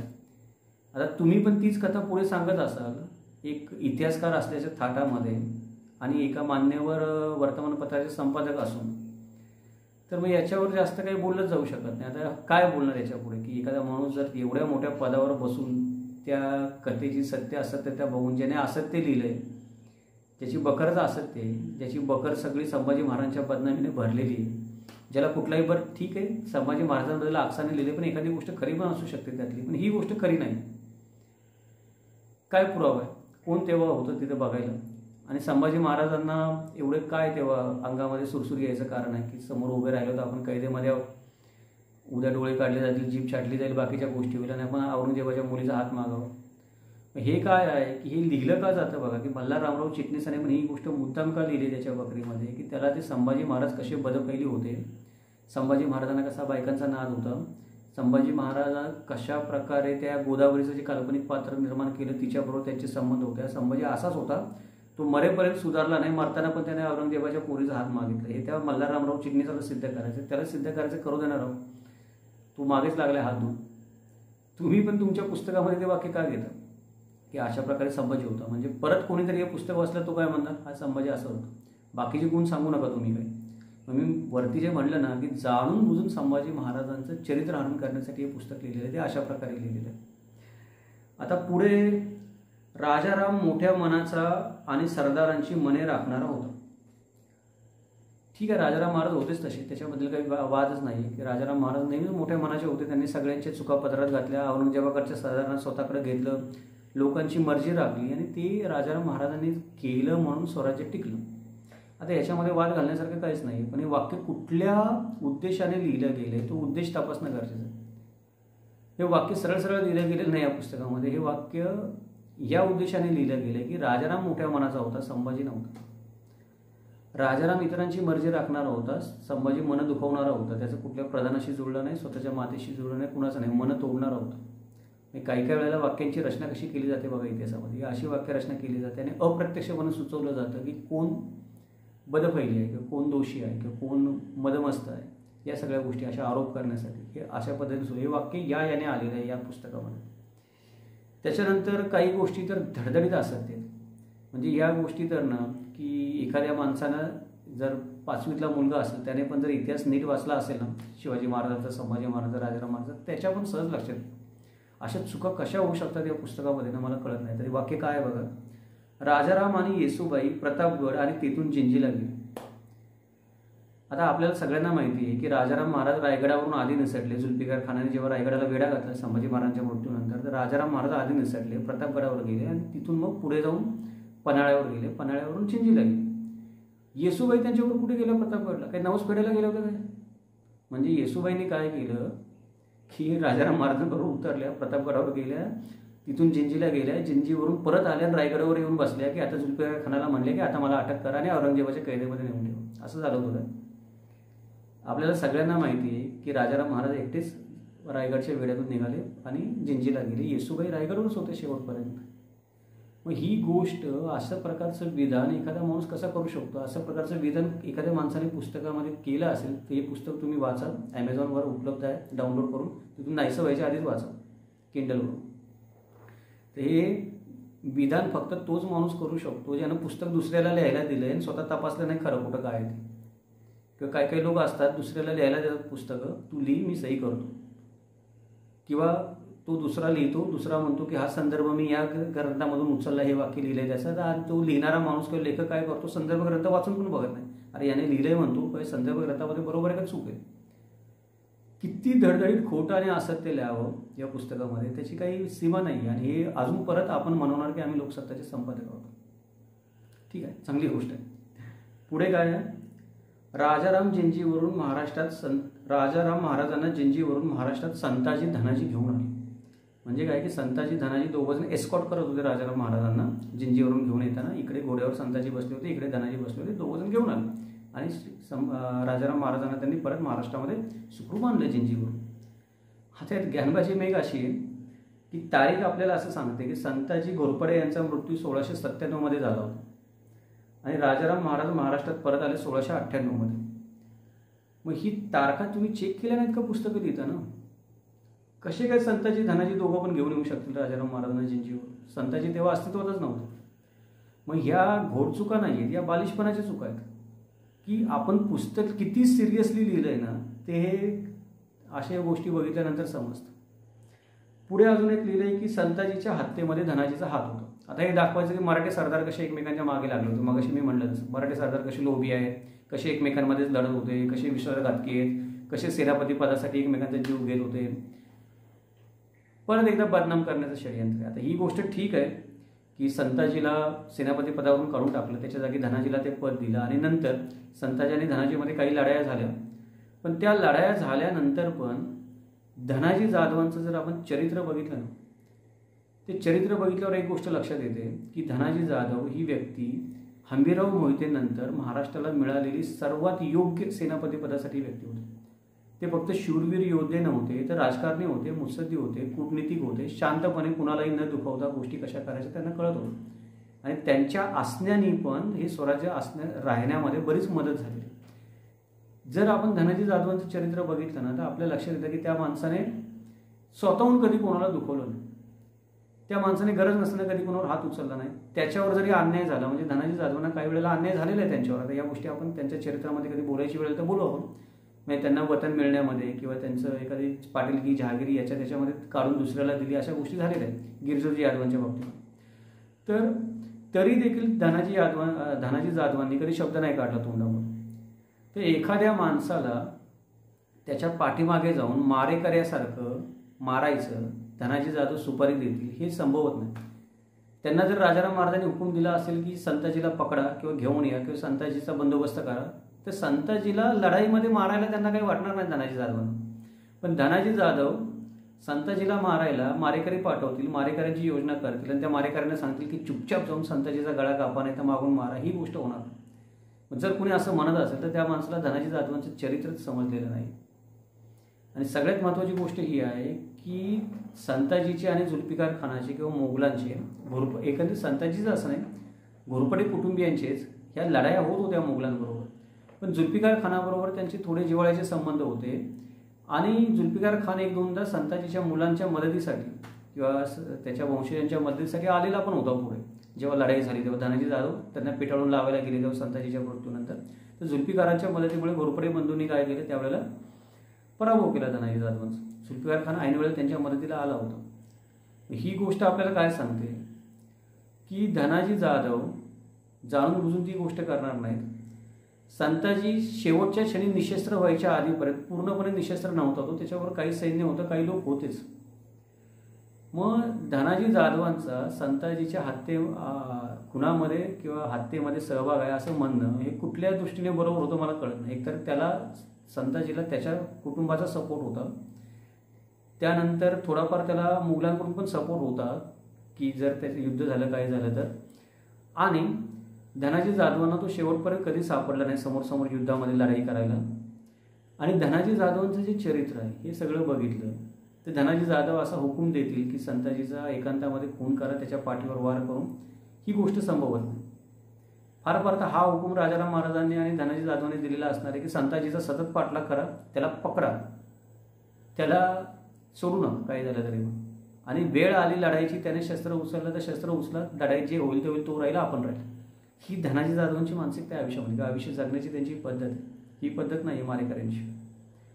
हे पण तुम्ही ढळढळीत सत्य लिहिता. बरं याला कुठला पुरावा लिहिला, शोधायचं कुठं? तुम्ही लिहिले त्याच्या खाली काही लिहिलं पण नाही, 1-2 नंबर देऊन हे वाक्य मी या इथून घेतले म्हणून. आता आम्ही शोधत जायचं संदर्भ ग्रंथामध्ये मागे तुम्ही कुठून हे वाक्य घेतलंय. ठीक आहे, काय हरकत नाही, इथे पण काय हरकत नाही, काय बोलू शकतो आपण. त्याच्यानंतर संताजीच्या दोन्ही मुलांनी नंतर राजाराम विरोधी गटाला पाठिंबा दिला. म्हणजे संताजीच्या दोन्ही मुलांनी काय केलं की राजाराम महाराजांनी संताजीचं सेनापतीपद काढून घेतलं, म्हणून राजाराम महाराजांच्या विरुद्ध आघाडी उभारली आणि राजाराम विरोधी गटाला पाठिंबा दिला. म्हणजे ते मोगलांकडून जाऊन लढायला लागले. त्यानंतर संभाजीराजांच्या गटाला जाऊन मिळाले. संभाजीराजांचे त्या काळात काही हितचिंतक होते, राजाराम महाराज सत्तेवर यायला विरोध करत होते वगैरे वगैरे वगैरे असं केलं. तर एक गोष्ट लक्षात घेतली पाहिजे की घोरपडे कुटुंब होतं, ते घोरपडे कुटुंब खूप मोठं होतं, त्याचा वंश खूप मोठा आहे, त्याचं मूळ जे आहे ती शाखा आहे ती परत भोसलेच्या वंशकुळीशी जाऊन जुळते. आणि संताजीचे वडील महालोजी जे घोरपडे होते त्यांना जी मुलं होती, संताजींना जे भाऊबंद होते ते दोघं तिघं भाऊ, त्याच्यानंतर त्यांना झालेली मुलं, त्यांची दत्तक मुलं, हे सगळेच लोक कुठं नाही कुठंतरी मुलुगिरी करत होते, शिपाईगिरी करत होते आणि जिथे त्यांना जहागिरी मिळेल, सरंजाम मिळेल, मानमत्ता मिळेल तिथे जगत होते. काही लोक मोगलांकडे चाकरी करत होते, काही लोक राजाराम महाराजांकडे चाकरी करत होते, काही लोक होते जे स्वतःच फिरत होते सैन्य गोळा करून. नंतर ते कुणाच्याच पक्षामध्ये नव्हते, ते मोगलांना लुटत होते, वेळ पडली तर मराठ्यांच्या मुलकामध्ये पण मुलुगिरी करत होते. ही गोष्ट खरी नाही असं नाही. संताजीचा जो मोठा मुलगा होता राणोजी, त्यानंतर 17व्या शतकामध्ये म्हणजे 1701 ते 1702 पर्यंत त्याचा मृत्यू होईपर्यंत मधल्या फक्त 1 ते 2 वर्षामध्ये एवढी धुळवड उडवली, म्हणजे एवढे त्याने औरंगजेबावर हल्ले केले, सळो की पळो करून सोडलं की तू संताजी परवडला रानोजी नको असं औरंगजेबाला वाटायला लागलं, असं त्याच्या इतिहासकारांनी लिहून ठेवलेलं त्यांच्या ग्रंथामध्ये. पण याच्यामध्ये कुठेही असं लिहिलेलं नाही की यांच्यापैकी कुठल्याही माणसाने राजाराम महाराजांना नष्ट करायचा प्रयत्न केला, राजाराम महाराजांचा आहित करायचा प्रयत्न केला, राजाराम महाराजांच्या विरोधामध्ये गोष्टी करायचा प्रयत्न केला. ते जे काही करत होते ते राजकारणाचा भाग होता किंवा त्यांचा नाही. कुठलाही मराठा सरदार त्यावेळेला ज्याला जिथे जहागीर मिळेल तिथे राहत होता, ज्याला जिथे मान सन्मान मिळेल तिथे राहत होता. तो काळ असा धामधुमीचा होता की कोणी कोणाच्या पदरी राहायची पण गरज नव्हती. कोणी 4 सैनिक गोळा करावे, लुटालूट करावी, त्याच्यातून परत पैसे मिळवावे, अजून 4 सैनिक गोळा करावे, अजून लुटालूट करावी, सगळीकडे चाललेलं होतं. त्याचा संदर्भ परत एकदा राजाराम महाराजांच्या इतिहासाशी जोडायचं काही कारण नाही. हे सगळी माणसं राजाराम महाराजांच्या विरोधात होती म्हणायचं काही कारण नाही. प्रत्येकाचे आपले स्वतःचे हेतू होते, स्वार्थ होते, प्रत्येकाची आपली उद्दिष्ट होती. जी जशी बुद्धी चालेल तशी माणसं वागत होती. पण याचा अर्थ हा नाही की संताजीच्या दोन्ही मुलांनी राजाराम विरोधी गटाला पाठिंबा दिला. हे विधान सरसकट खोटं, याला काही आधार नाही. पुढचा मुद्दा, शाहू महाराज इतर मनसबदारांसारखे मुघलांचे मनसबदार बनले. बापरे, ठीक आहे, मनसबदार बनले शाहू महाराज मुघलांचे नाममात्र, ही गोष्ट खरी आहे. पण का मग शिवाजी महाराज मनसबदार बनले नाही? ज्या वेळेला दिल्लीला जावं लागलं त्यांनी मनसबदारी स्वतः नाही घेतली, पण संभाजीराजांना मनसबदारी दिलीच ना. पन्हाळ्याच्या वेड्यामध्ये नेताजी पालकर वेळेला आला नाही आणि शिवाजी महाराजांनी त्याला विचारलं, तेव्हा नेताजी पालकर शिवाजी महाराजांना म्हणाला की तुम्ही कुठले राजे, तुम्ही आता मुघलांचे मनसबदार झाला, असं पण वाक्य आहेच ना इतिहासामध्ये. मग तुम्ही शिवाजी महाराजांना काय दोष लावत की शिवाजी महाराज मुघलांचे मनसबदार झाले? फक्त शाहू महाराज मनसबदार झाले ना. आणि याच्यामध्ये पण एक ज्ञानभाषी मेघ अशी आहे की शिवाजी महाराज जे मनसबदार झाले मुघलांचे संभाजी महाराजांच्या नावाखाली का होईना, तर ते खरोखर मनसबदार झाले, त्यांच्यावर काही गोष्टी पाळणं बंधनकारक होतं. म्हणजे ती मनसबदारी निभावण्यासाठी शिवाजी महाराजांना आग्र्याला पण जावं लागलं. शाहू महाराज जे मनसबदार झाले तर शाहू महाराजांना कुठे मुजरा करायला जायचं होतं कोणाला तेव्हा? की शाहू महाराजांना कुठे दिल्लीच्या दरबारामध्ये जाऊन हजेरी लावायची होती? की शाहू महाराजांनी एखादी गोष्ट केली तर कुठे दिल्लीवरून एखादं सैन्य चालून येणार होतं? म्हणजे शिवाजी महाराजांनी काही एखादी गोष्ट केली दिल्लीवरून सैन्य चालून येणार होतं, म्हणून शिवाजी महाराजांना आग्र्यावरून सुटून आल्यावर पण तह करावा लागला. तर तुम्ही मनसबदारी वाईट म्हणत असाल तर शिवाजी महाराजांनी काळवेळ बघून मनसबदारी स्वीकारली मुघलांची, त्याला का नाही वाईट म्हणत आहे? शाहू महाराजांनी पण अशीच काळवेळ बघून मनसबदारी स्वीकारली, ती फक्त एक प्रतिकात्मक होती. म्हणजे त्या मनसबदारीला तसाही काही अर्थ नव्हता. जरी त्या मुघल बादशाने मनसबदारी शाहू महाराजांना दिली तरी करते सवरते शाहू महाराजच होते. फौज शाहू महाराजांचीच मोठी होती. शाहू महाराजांच्याच फौजेची गरज त्या मुघलांना पडत होती स्वतःच्या रक्षणासाठी. मग कोण कुणाचा मनसबदार आहे? पण इथे पण काय केलं जातं की अशी विधानं नवीन जे कोणी इतिहास वाचणार आहेत त्यांना भ्रमित करण्यासाठी वापरली जातात. आता विचार करा, हे पुस्तक इंग्रजीमध्ये लिहिले आणि जर्मनीमध्ये नाहीतर इंग्लंडमध्ये नाहीतर अमेरिकेमध्ये कुठेही जगामध्ये कोणीतरी वाचलं, तो काय म्हणणार? शाहू महाराज मुलांचे मनसबदार झाले. शिवाजी महाराजांनी एवढ्या कष्टाने राज्य उभारलं होतं, ते त्यांच्या नातवाने बुडवलं. शिवाजी महाराजांनी मुघलांना विरोध केला, स्वातंत्र्याचे बोगते होते आणि शाहू महाराजांनी काय केलं? ते स्वातंत्र्य बुडवलं, त्याच मुघलांचे गुलाम झाले. म्हणजे हे अप्रत्यक्षपणे सुचवण्यासाठी या गोष्टी केल्या जातात. माझं म्हणणं काय की तुम्ही काय करा की हे विधान करा, त्याच्यामध्ये सत्य आहे नाही असं नाही, पण त्याच्याबरोबर बाकीची पण माहिती द्याल ना, मागची पुढची काय आता जी मी बोललो ती माहिती लिहिली जात नाही, फक्त एवढंच विधान केलं जातं. त्या विधानामुळे सगळे गैरसमज होतात. त्याच्या पुढे अजून काय म्हटलं जातं की शाहू महाराज मुघलांचे हस्तक म्हणून मराठ्यांचे राज्य चालवत होते. आता मी म्हटलं ना की शाहू महाराजांची बदनामी करणं आणि त्यांना नाकर्तेपणा करण्यासाठी या पुस्तकामध्ये लिखाण केलं गेलं. ते असं केलं, शाहू महाराजांनी मुघलांच्या हस्तक म्हणून काय राज्य चालवलं याचा एकतरी पुरावा आहे की तिकडून दिल्लीवरून एखादा लखोटा आला, हुकूम आला, तो शाहू महाराजांनी मानला आणि सांगितलं की असं असं करू नका म्हणून.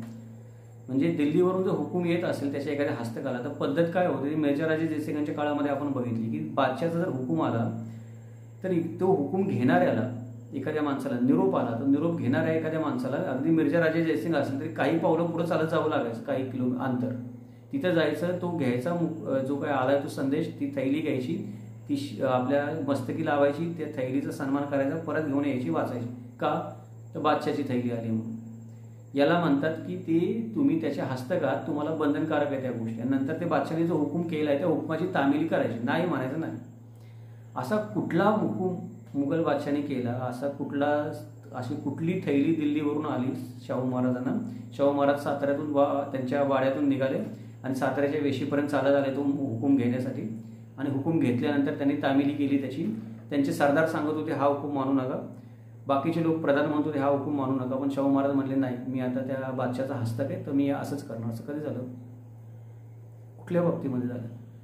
काही बाबतीमध्ये शाहू महाराजांनी बाजीरावाला रोखलं असेल गोष्टी करण्यामध्ये, किंवा निजामाचं पारिपत्य करण्यामध्ये असेल, किंवा दुसऱ्या काही गोष्टीमध्ये, तर ते फक्त निजामाबद्दल नाही झालेलं. शाहू महाराजांचा स्वभावच संयमी होता. दाभाड्यांचं प्रकरण पण संयमाने घेण्याचाच त्यांचा प्रयत्न होता, पण नाही झालं म्हणून शेवटी त्यांना बाजीरावाला सांगावं लागलं त्याचं पारिपत्य करायला. ते बाजीरावाला पण त्याची नंतर खंत वाटत राहिली आयुष्यभर की त्या गोष्टी चूक झाली ती म्हणून. शाहू महाराजांनी जर काही संयमाने गोष्टी केल्या असतील आयुष्यामध्ये तर त्या सगळ्यांच्याच बाबतीत केलेल्या आहेत. त्याचा अर्थ तुम्ही असं नाही काढू शकत की ते मुघलांचे हस्तक होते म्हणून मुघलांच्या बाजूने या गोष्टी करत होते.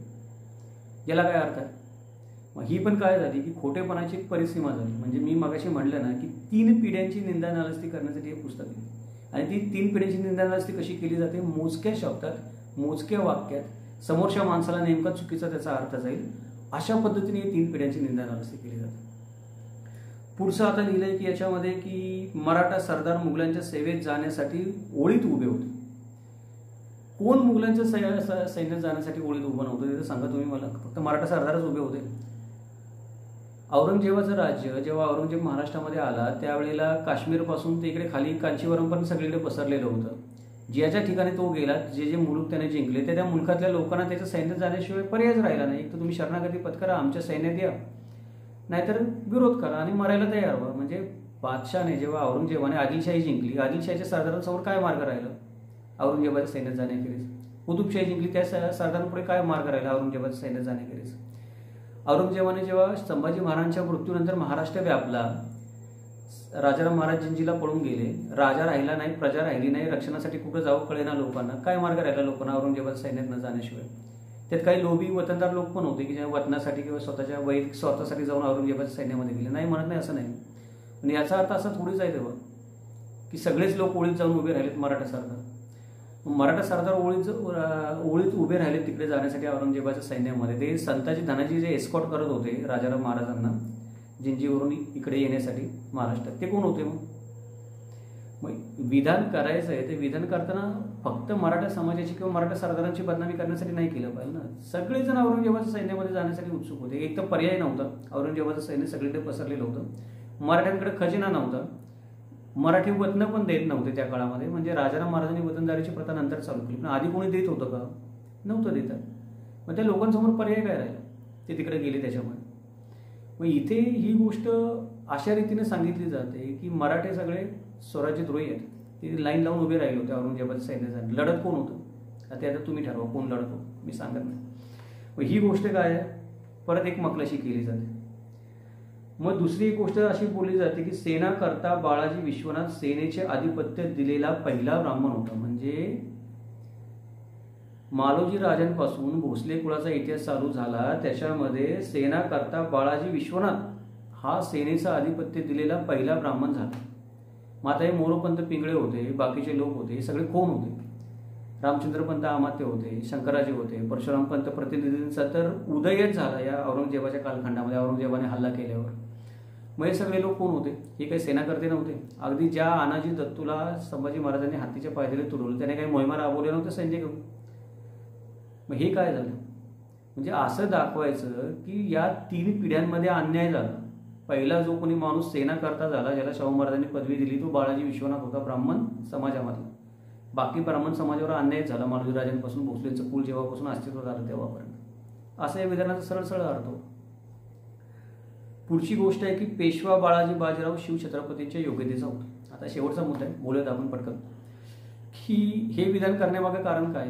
मगाशी मी म्हणलं तसं की या जगामध्ये कोणीही शिवछत्रपतींच्या योग्यतेला जाऊ शकत नाही.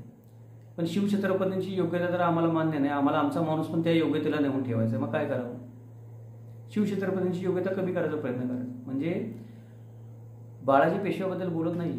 पहिला बाजीराव पेशवा कर्तृत्ववान होता, मुत्सद्दी होता, चांगला कॅव्हलरी कमांडर होता, म्हणजे घोडदळाचा आपण प्रमुख म्हणतो तो होता तो. त्याच्यानंतर त्याने शिवाजी महाराजांच्या स्वराज्याचं हित पण पाहिलं, राज्य वाढवलं. शिवाजी महाराजांच्या जे काही आपण म्हणतो की उद्दिष्ट होते त्याची त्याला जाणीव होती. त्याने त्याच्या कार्यकाळामध्ये जे काही केलं ते अत्युच्च दर्जाचंच केलं.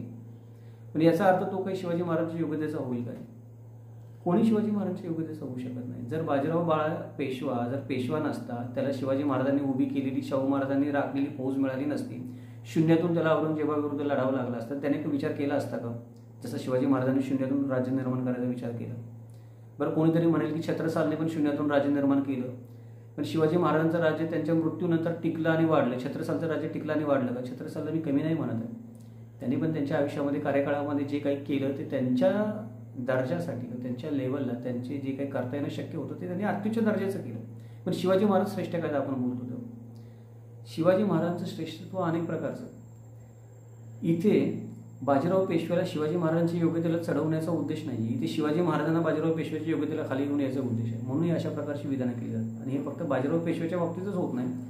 कित्येक लोक वेगवेगळ्या लोकांना शिवाजी महाराजांशी तुलना करून त्यांच्या योग्यतेला नेत असतात. त्याचं कारण हे असतं की त्या लोकांना वर चढवू शकत नाही. त्यांना माहिती आहे आपण कोणी काही केलं तर शिवाजी महाराजांच्या योग्यतेला जाणार नाही, पण त्याची तुलना शिवाजी महाराजांशी करायची आणि शिवाजी महाराजांची योग्यता कमी करून टाकायची. म्हणजे जर बाजीराव पेशव्याची तुलना शिवाजी महाराजांशी केली तर शिवाजी महाराज बाजीराव पेशव्याच्या तुलनेत खाली उतरतात ना तुलनेमध्ये. ह्या अशा प्रकारच्या गोष्टी याच्यामध्ये केल्या आहेत, म्हणून याच्याबद्दल वाद होतात, आरोप केले जातात. आता या पुराव्याने केलेल्या गोष्टी, आता एक थोडक्यामध्ये जर आपण याचा सारांश काढायचा म्हणला, मोठा व्हिडिओ झाला, पण आता माझे काही काही मित्र मला म्हणले सर व्हिडिओ मोठा झाला तरी काय, तुम्ही बोला, किती पण 1.5 तासाचा व्हिडिओ होऊ दे, बोला तुम्ही, काही फरक नाही पडत, आम्ही ऐकतो. ठीक आहे, थोडक्यामध्ये आपण सारांश बघू की अशी विधानं वेळोवेळी का केली जातात.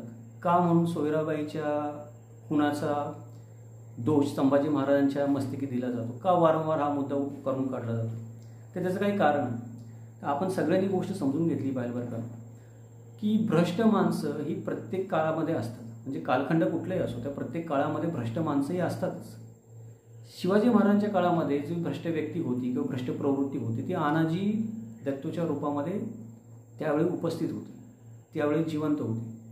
आनाजी दत्तोविरुद्ध आधी पण भ्रष्टतेच्या आचरणाबद्दल किंवा त्यांनी काही चुकीच्या गोष्टी केल्याबद्दल किंवा काही चुकीचे व्यवहार केल्याबद्दल आपल्याला पुरावे आहेत, ते आपण नंतर त्या व्हिडिओमध्ये बघू. आता मी बोलत नाही ते डिटेलमध्ये, आधीच उशीर झाला. त्याच्यानंतर डच लोक जे होते त्यांचं पण आनाजी दत्तोबद्दल मत चांगलं नव्हतं, त्यांना तो नको होता. जेव्हा तो गोव्याचा सुभेदार होता, तिथला व्यवहार बघत होता त्यावेळेला, ते पण त्यांनी त्यांच्या पत्रामध्ये लिहिलेलं आहे. तर आनाजी दत्तो हा काय आहे की उदाहरण आहे की सर्व काळामध्ये या भ्रष्ट व्यक्ती असतात आणि या भ्रष्ट व्यक्ती काय करत असतात की स्वतःची कातडी वाचवण्यासाठी दुसऱ्या कोणावर तरी दगड मारण्याचा प्रयत्न करत असतात. आनाजी दत्तो आणि संभाजी महाराजांमध्ये वितुष्ट येण्याचं एक कारण हे पण आहे की आनाजी दत्तोने त्याच्या आयुष्यामध्ये काही चुकीच्या गोष्टी केल्या. त्या चुकीच्या गोष्टी शिवाजी महाराज होते तोपर्यंत खपून गेल्या, कारण महाराजांकडे तक्रार करायचं धाडस कोणी करायचं नाही आनाजी दत्तोला ओलांडून. आणि महाराजांचं वय झाल्यानंतर आणि संभाजी महाराज वयात आल्यानंतर लोकांना एक पर्याय मिळायला लागला बोलायला, तर लोक संभाजी महाराजांशी बोलायला लागले. संभाजी महाराज पण त्यांच्या मर्यादेमध्ये राहून गोष्टी करायला लागले जेवढ्या होत्या तेवढ्या. सत्तेचं केंद्र संभाजी महाराजांकडे झुकायला लागलं आणि जर संभाजी महाराज सत्तेमध्ये आले आणि आपली ही सर्व लांड्या लबाड्या उघडीत पडल्या तर मग आपलं काय होईल. याने भ्रष्ट माणसं काय करतात की ती फक्त आचरणाने भ्रष्ट नसतात, ती विचाराने पण भ्रष्ट असतात. म्हणजे एखादा माणूस फक्त पैशाचा भ्रष्टाचार करत नाही, तो नीतिमत्तेचा पण भ्रष्टाचार करतो. आनाजी दत्तोच्या बाबतीमध्ये ती गोष्ट होती की शिवाजी महाराजांचे आदर्श, शिवाजी महाराजांची उदात्तता, शिवाजी महाराजांचं इतिकर्तव्य त्याला कधी कळलंच नाही. आणि त्याला कधी कळलं नाही यात दोष द्यायचं काही कारण नाही. किती लोकांना कळलं हा पण प्रश्न आहे शिवाजी महाराजांच्या काळामध्ये. आज आपण शिवाजी महाराजांबद्दल एवढं बोलतो अभ्यास करून, म्हणून त्यावेळेस जे लोक चाकरी करत असतील ते किती लोकांना कळलं असेल. त्यामुळे आनाजी दत्तोसारखी ज्या प्रवृत्ती जगामध्ये असतात त्या प्रवृत्ती सर्व काळामध्ये असतात. पण आज काय होतं आहे की थोडंसं धाडसाचं विधान आहे, पण करतो आता ऑन कॅमेरा, की ब्राह्मण समाजातला एक विशिष्ट वर्ग आहे त्याला असं वाटतं की शिवाजी महाराजांच्या आयुष्यात जे काही चांगलं झालं ते आमच्यामुळं झालं आणि जे काही वाईट झालं ज्याचा दोष ब्राह्मण समाजाकडे येईल तो दुसऱ्या कोणाच तरी माती थापायचा आपण.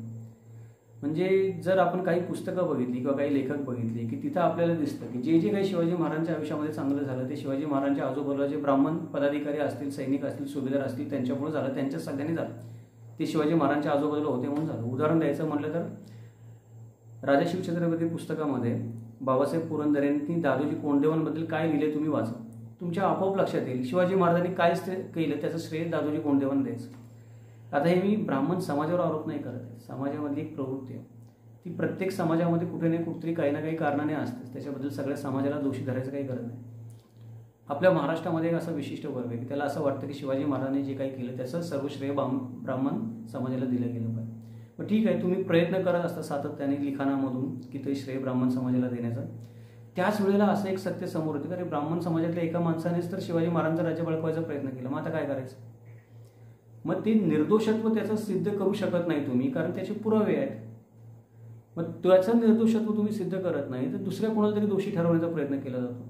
ह्या सगळ्या गोष्टीमधून काय होतं की हे सगळे चुकीचे इतिहास लिहिले जातात आणि हे सभासदापासून, म्हणजे आजच्या कालखंडात लिहिले जात नाही, ते सभासदाच्या बकरीपासून चालू आहे. हे मल्हाररामराव चिटणीस अशा 18व्या शतकामध्ये त्याने मल्हाररामराव चिटणीसांनी पण हेच प्रयत्न केले. त्याच्यानंतर आपण असं म्हणू शकतो की सभासदाने दैवतीकरण केलं शिवाजी महाराजांचं. त्याच्यानंतर विका राजवाड्यांनी बऱ्यापैकी धार्मिकीकरण केलं शिवाजी महाराजांचं, त्यांना जोडून आमचे शिवाजी महाराज मराठी म्हणून. बाबासाहेब पुरंदरेंनी तर हिंदवीकरण करून टाकलं शिवाजी महाराजांचं. आणि आज गिरीश कुबेर आहेत जे त्याच्या पुढे जाऊन काही गोष्टी बोलायचा प्रयत्न करतायत, पण ते त्यांना जमत नाही. म्हणजे हे जे पुस्तक लिहून त्यांनी करायचा प्रयत्न चालवला, मग आपण म्हणलं मी की हिंदवी स्वराज्याचा उल्लेख केला, ते जमलेलं नाही. पुस्तक फसलेलं वाटतं की जे चलाखीनं गोष्टी मागच्या लोकांनी केल्या त्या चलाखीने गिरीश कुबेरांना करायला त्या या पुस्तकामध्ये जमलेल्या नाहीत.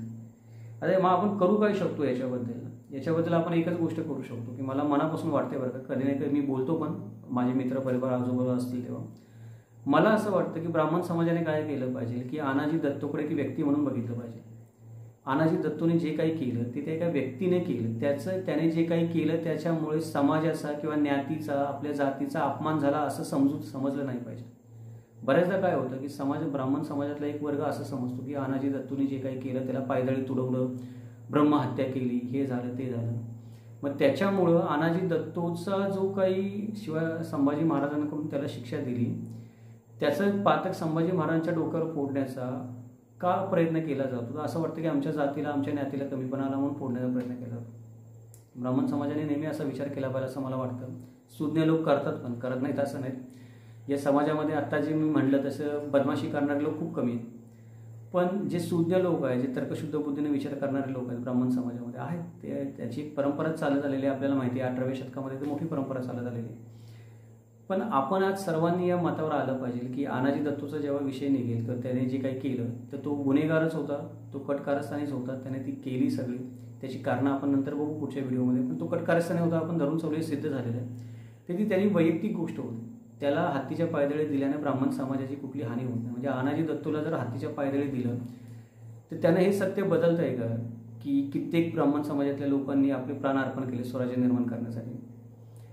नाही बदलत ना. म्हणजे बाजीप्रभू देशपांडे असतील, मोरारबाजी देशपांडे असतील, मोरोपंत पिंगळे असतील, अगदी त्यांना जरी कैदेत मृत्यू आला असेल तरी आयुष्य काढलं त्यांनी शिवाजी महाराजांच्या बरोबर.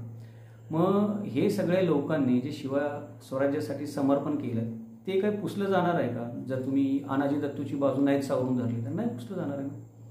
त्यामुळे आनाजी दत्तूला आपण सोडून दिलं पाहिजे एक व्यक्ती म्हणून. त्याच्याशी आपण संबंध नाही ठेवला पाहिजे. जी एक प्रवृत्ती होती, भ्रष्ट प्रवृत्ती जी प्रत्येक कालखंडामध्ये असते ती होती, त्या प्रवृत्तीने त्या गोष्टी केल्या. तिचं आपल्या जातीतला तो माणूस होता म्हणून मनाला लावून परत ते पुसून काढण्यासाठी परत दुसरा इतिहास लिहायचा प्रयत्न नाही केला पाहिजे. तो प्रयत्न केला तर काय होतं, परत त्याची काहीतरी विरोधामध्ये प्रतिक्रिया येते, परत काहीतरी लिहिलं गेलं जातं. आणि हे गिरीश कुबेरांसारखे पुस्तक लिहिलं, या गोष्टी अशाच चालत राहतात पुढे. म्हणजे ब्राह्मण समाजासाठी झालं. इतर समाजाने पण काय केलं पाहिजे? एखाद्या समाजातल्या एखाद्या माणसाने तो दोष केला असेल किंवा एखादी चूक केली असेल तर त्या समाजाला त्याच्याबद्दल दोषी नाही ठरवलं पाहिजे, त्याच्याबद्दल टीका टिप्पणी नाही केली पाहिजे.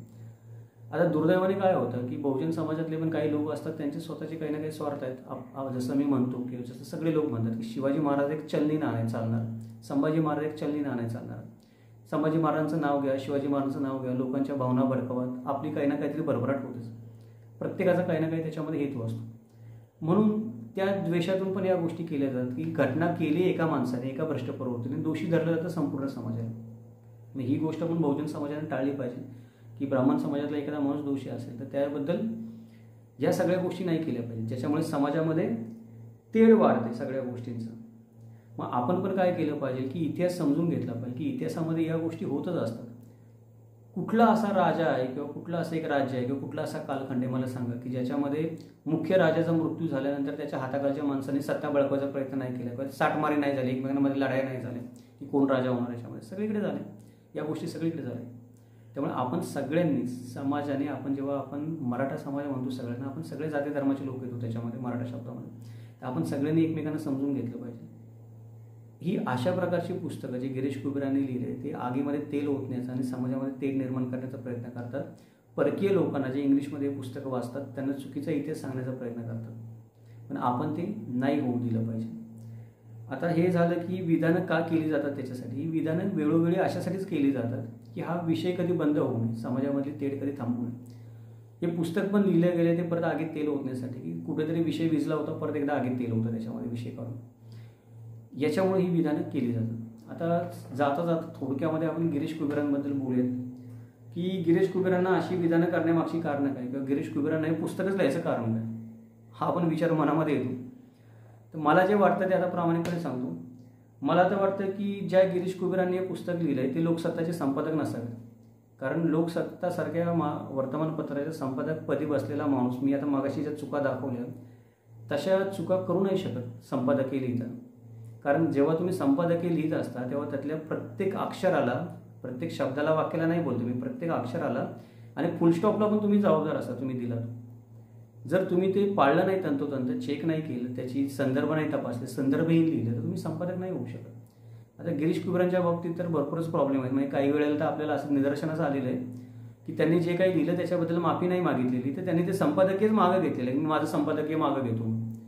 जो माणूस स्वतः जे लिहिलंय त्याच्यावर विश्वास नाही ठेवत, त्याच्यावर ठाम नाही राहत आणि ते मागं घेतो, तो माणूस संपादक कसा होईल. त्या माणसाने जे पुस्तक लिहिलं असेल तर त्याच्याबद्दल काय बोलायचं आपण. अजून पण भरपूर व्हिडिओ आपल्याला इंटरनेटमध्ये फिरताना दिसतात की गिरीश कुबेरांनी अमुक एक गोष्टी इकडून चोरली आणि तशी तशी छापली. ते लोक तुम्हाला पुराव्यानिशी सिद्ध करून देतील इंटरनेटवर. त्याबद्दल आता इथे काही जास्त बोलायचं कारण नाही. पण हे विषय इथे काढायचं कारण काय, व्यक्तिशः गिरीश कुबेरांबद्दल काही आकस नाही. पण जर एखादा माणूस शिवाजी महाराजांवर एक पुस्तक लिहित असेल आणि त्या पुस्तकामध्ये अशा प्रकारच्या चुका करत असेल तर एक तर तो संपादक नसावा, कारण तो संपादक असेल तर त्याला संपादक म्हणून ठेवणारे लोक त्या पात्रतेचे नसावेत. हे पुस्तक वाचल्यानंतर सहज सिद्ध होणारी गोष्ट आहे. पुढचं एक आहे की मला असा डाऊट आहे, म्हणजे शंका आहे हे पुस्तक वाचल्यानंतर, की गिरीश कुबेरांनी हे पुस्तक पुन्हा तरी दुसऱ्याकडनं लिहून घेतलेलं आहे. म्हणजे मगाशी मी जसं म्हणलं तसं जर त्यांनी स्वतः पुस्तक लिहिलं असतं ना तर त्यांचे तारखांचे घोळ, प्रसंग मागापुढे झालेले आहेत, त्याच्यानंतर संदर्भ लागत नाही आहेत गोष्टींचे, हे त्यांच्या सहज लक्षात आलं असतं. हे होतं केव्हा, जेव्हा माणूस दुसऱ्या कोणाला तरी करायला देतो. तू कर, हां तू बरोबर केलीस ना, तू बरोबर केलीस ना. वर्तमानपत्रामध्ये अशा गोष्टी होतात, हां हे तुला डिपार्टमेंट दिले, तू कर तू कर तू कर, हां मी सही करतो, संपादक. मग हे पुस्तक पण मला वाटते त्यांनी दुसऱ्या कोणाकडून तरी लिहून घेतले. त्यांनी या बारीक सारीक गोष्टी चेक नाही केलेल्या, काय झालंय ते, अशी शंका घ्यायला भरपूर जागा आहे. दुसरी गोष्ट की कदाचित गिरीश कुबेरांनी हे पुस्तक गांजा पिऊन लिहिलं असेल. म्हणजे ती ज्या प्रकारची विधानं त्यांनी संभाजी महाराजांबद्दल बिनधास्त केली आहेत की ज्यांना कुठला बिनबुराचा आधार नाही आणि कोणी पण सोम्या गोम्या उद्या उठेल. मी व्हिडिओ बनवतो, मी पण सोम्या गोम्याचे धरून चालू आपण, कोणी पण सोम्या गोम्या उठेल उद्या आणि त्यांच्यावर आरोप करेल की तुम्ही कुठून आणलं, तुम्ही चुकीचं लिहिलं, तुम्हाला याला काही अर्थ नाही, पुरावे देईल आणि पुराव्यानिशी सिद्ध करेल की हे तुम्ही जे काही केलेलं आहे हे चुकीचं केलेलं आहे. मग अशी विधानं माणूस करतो केव्हा, एक तर रेटून करतो, त्याला करायचेच असतात म्हणून, किंवा मग दमा मिरासदारांची जर तुम्ही पुस्तकं वाचाल तर त्या दमा मिरासदारांच्या पुस्तकामध्ये गांजा पिऊन मास्तर जे बरळतात का नाही, ते दमा मिरासदारांचा शब्द आहे, माझा अवमान करायचा हेतू नाही, गुरुजी मास्तर असं त्यांनी वापरलेलं आहे. तर गांजा पिल्यानंतर एक गुरुजी असतात, ते गुरुजी इतिहास शिकवत असतात शिवाजी महाराजांचा. तर ते इतिहास शिकवताना ते असा भन्नाट इतिहास शिकवतात का नाही, अफजल खानाच्या वधाचा किंवा अजून कुठल्या शाहिस्ते खानाच्या गोष्टीचा. गांजा पिल्यावर कोण कुणाला मारतोय, कोण कुणाला मिठी मारतोय, तो इतिहास ते दमा मिरासदारांचं पुस्तक वाचल्यावर अनुभवण्यासारखं आहे. तर हे पण पुस्तक ना मला तसं गांजा पिऊन लिहिल्यासारखं वाटतं. शुद्धीत तर कोणी माणूस अशा चुका होतील असं पुस्तक लिहिणार नाही काय झालं तरी पण. कारण एवढं तर माणसाला भान असते की माझ्या या गोष्टीबद्दल उद्या माणसं आक्षेप घेतील. किंवा असं पण नाही की तुम्ही इंग्लिशमध्ये पुस्तक लिहिले तर मराठीमध्ये, तर महाराष्ट्रामध्ये कोणी वाचणार नाही. पूर्वी एक काळ होता तसा, एखाद्याने इंग्लिशमध्ये पुस्तक लिहिलं, लोकांना ते पुस्तकच वाचायला मिळायचं नाही महाराष्ट्रामध्ये, तर वाचतोय कोण ते, मग तुम्ही काही लिहिलं ते खपून जायचं तिकडे. आत्ताचा काळ असा आहे की तुम्ही इंग्लिशमध्ये जरी लिहिलं आणि ॲमेझॉनवर जरी पुस्तक वाचायला ठेवलं तरी वाचणारी माणसं आहेत महाराष्ट्रातली. तेवढा आता महाराष्ट्र साक्षर झाला आहे इंग्लिशच्या दृष्टीने. मग असं पुस्तक आणि अशा गोष्टी पुस्तकामध्ये कोणीतरी गांजा पिल्याखेरीज लिहू शकत नाही असं तरी मला वाटतं. की एक तर काहीतरी त्यांनी धुंदीमध्ये लिहिलंय, नाहीतर दुसरीकडून कुणाकडून तरी लिहून घेतलंय. दुसरी गोष्ट की गिरीश कुबेर दरवेळेला काय करतात की हिंदवी स्वराज्य, हिंदुत्ववादी, शिवाजी महाराजांना हिंदूंचा राजा असं घोषित करण्याचा प्रयत्न करतात. एका प्रकरणातच एवढं झालंय. तर एकतर ते गिरीश कुबेर हिंदुत्ववादी विचारसरणीचे असले पाहिजेत, उजव्या विचारसरणीचे असले पाहिजेत.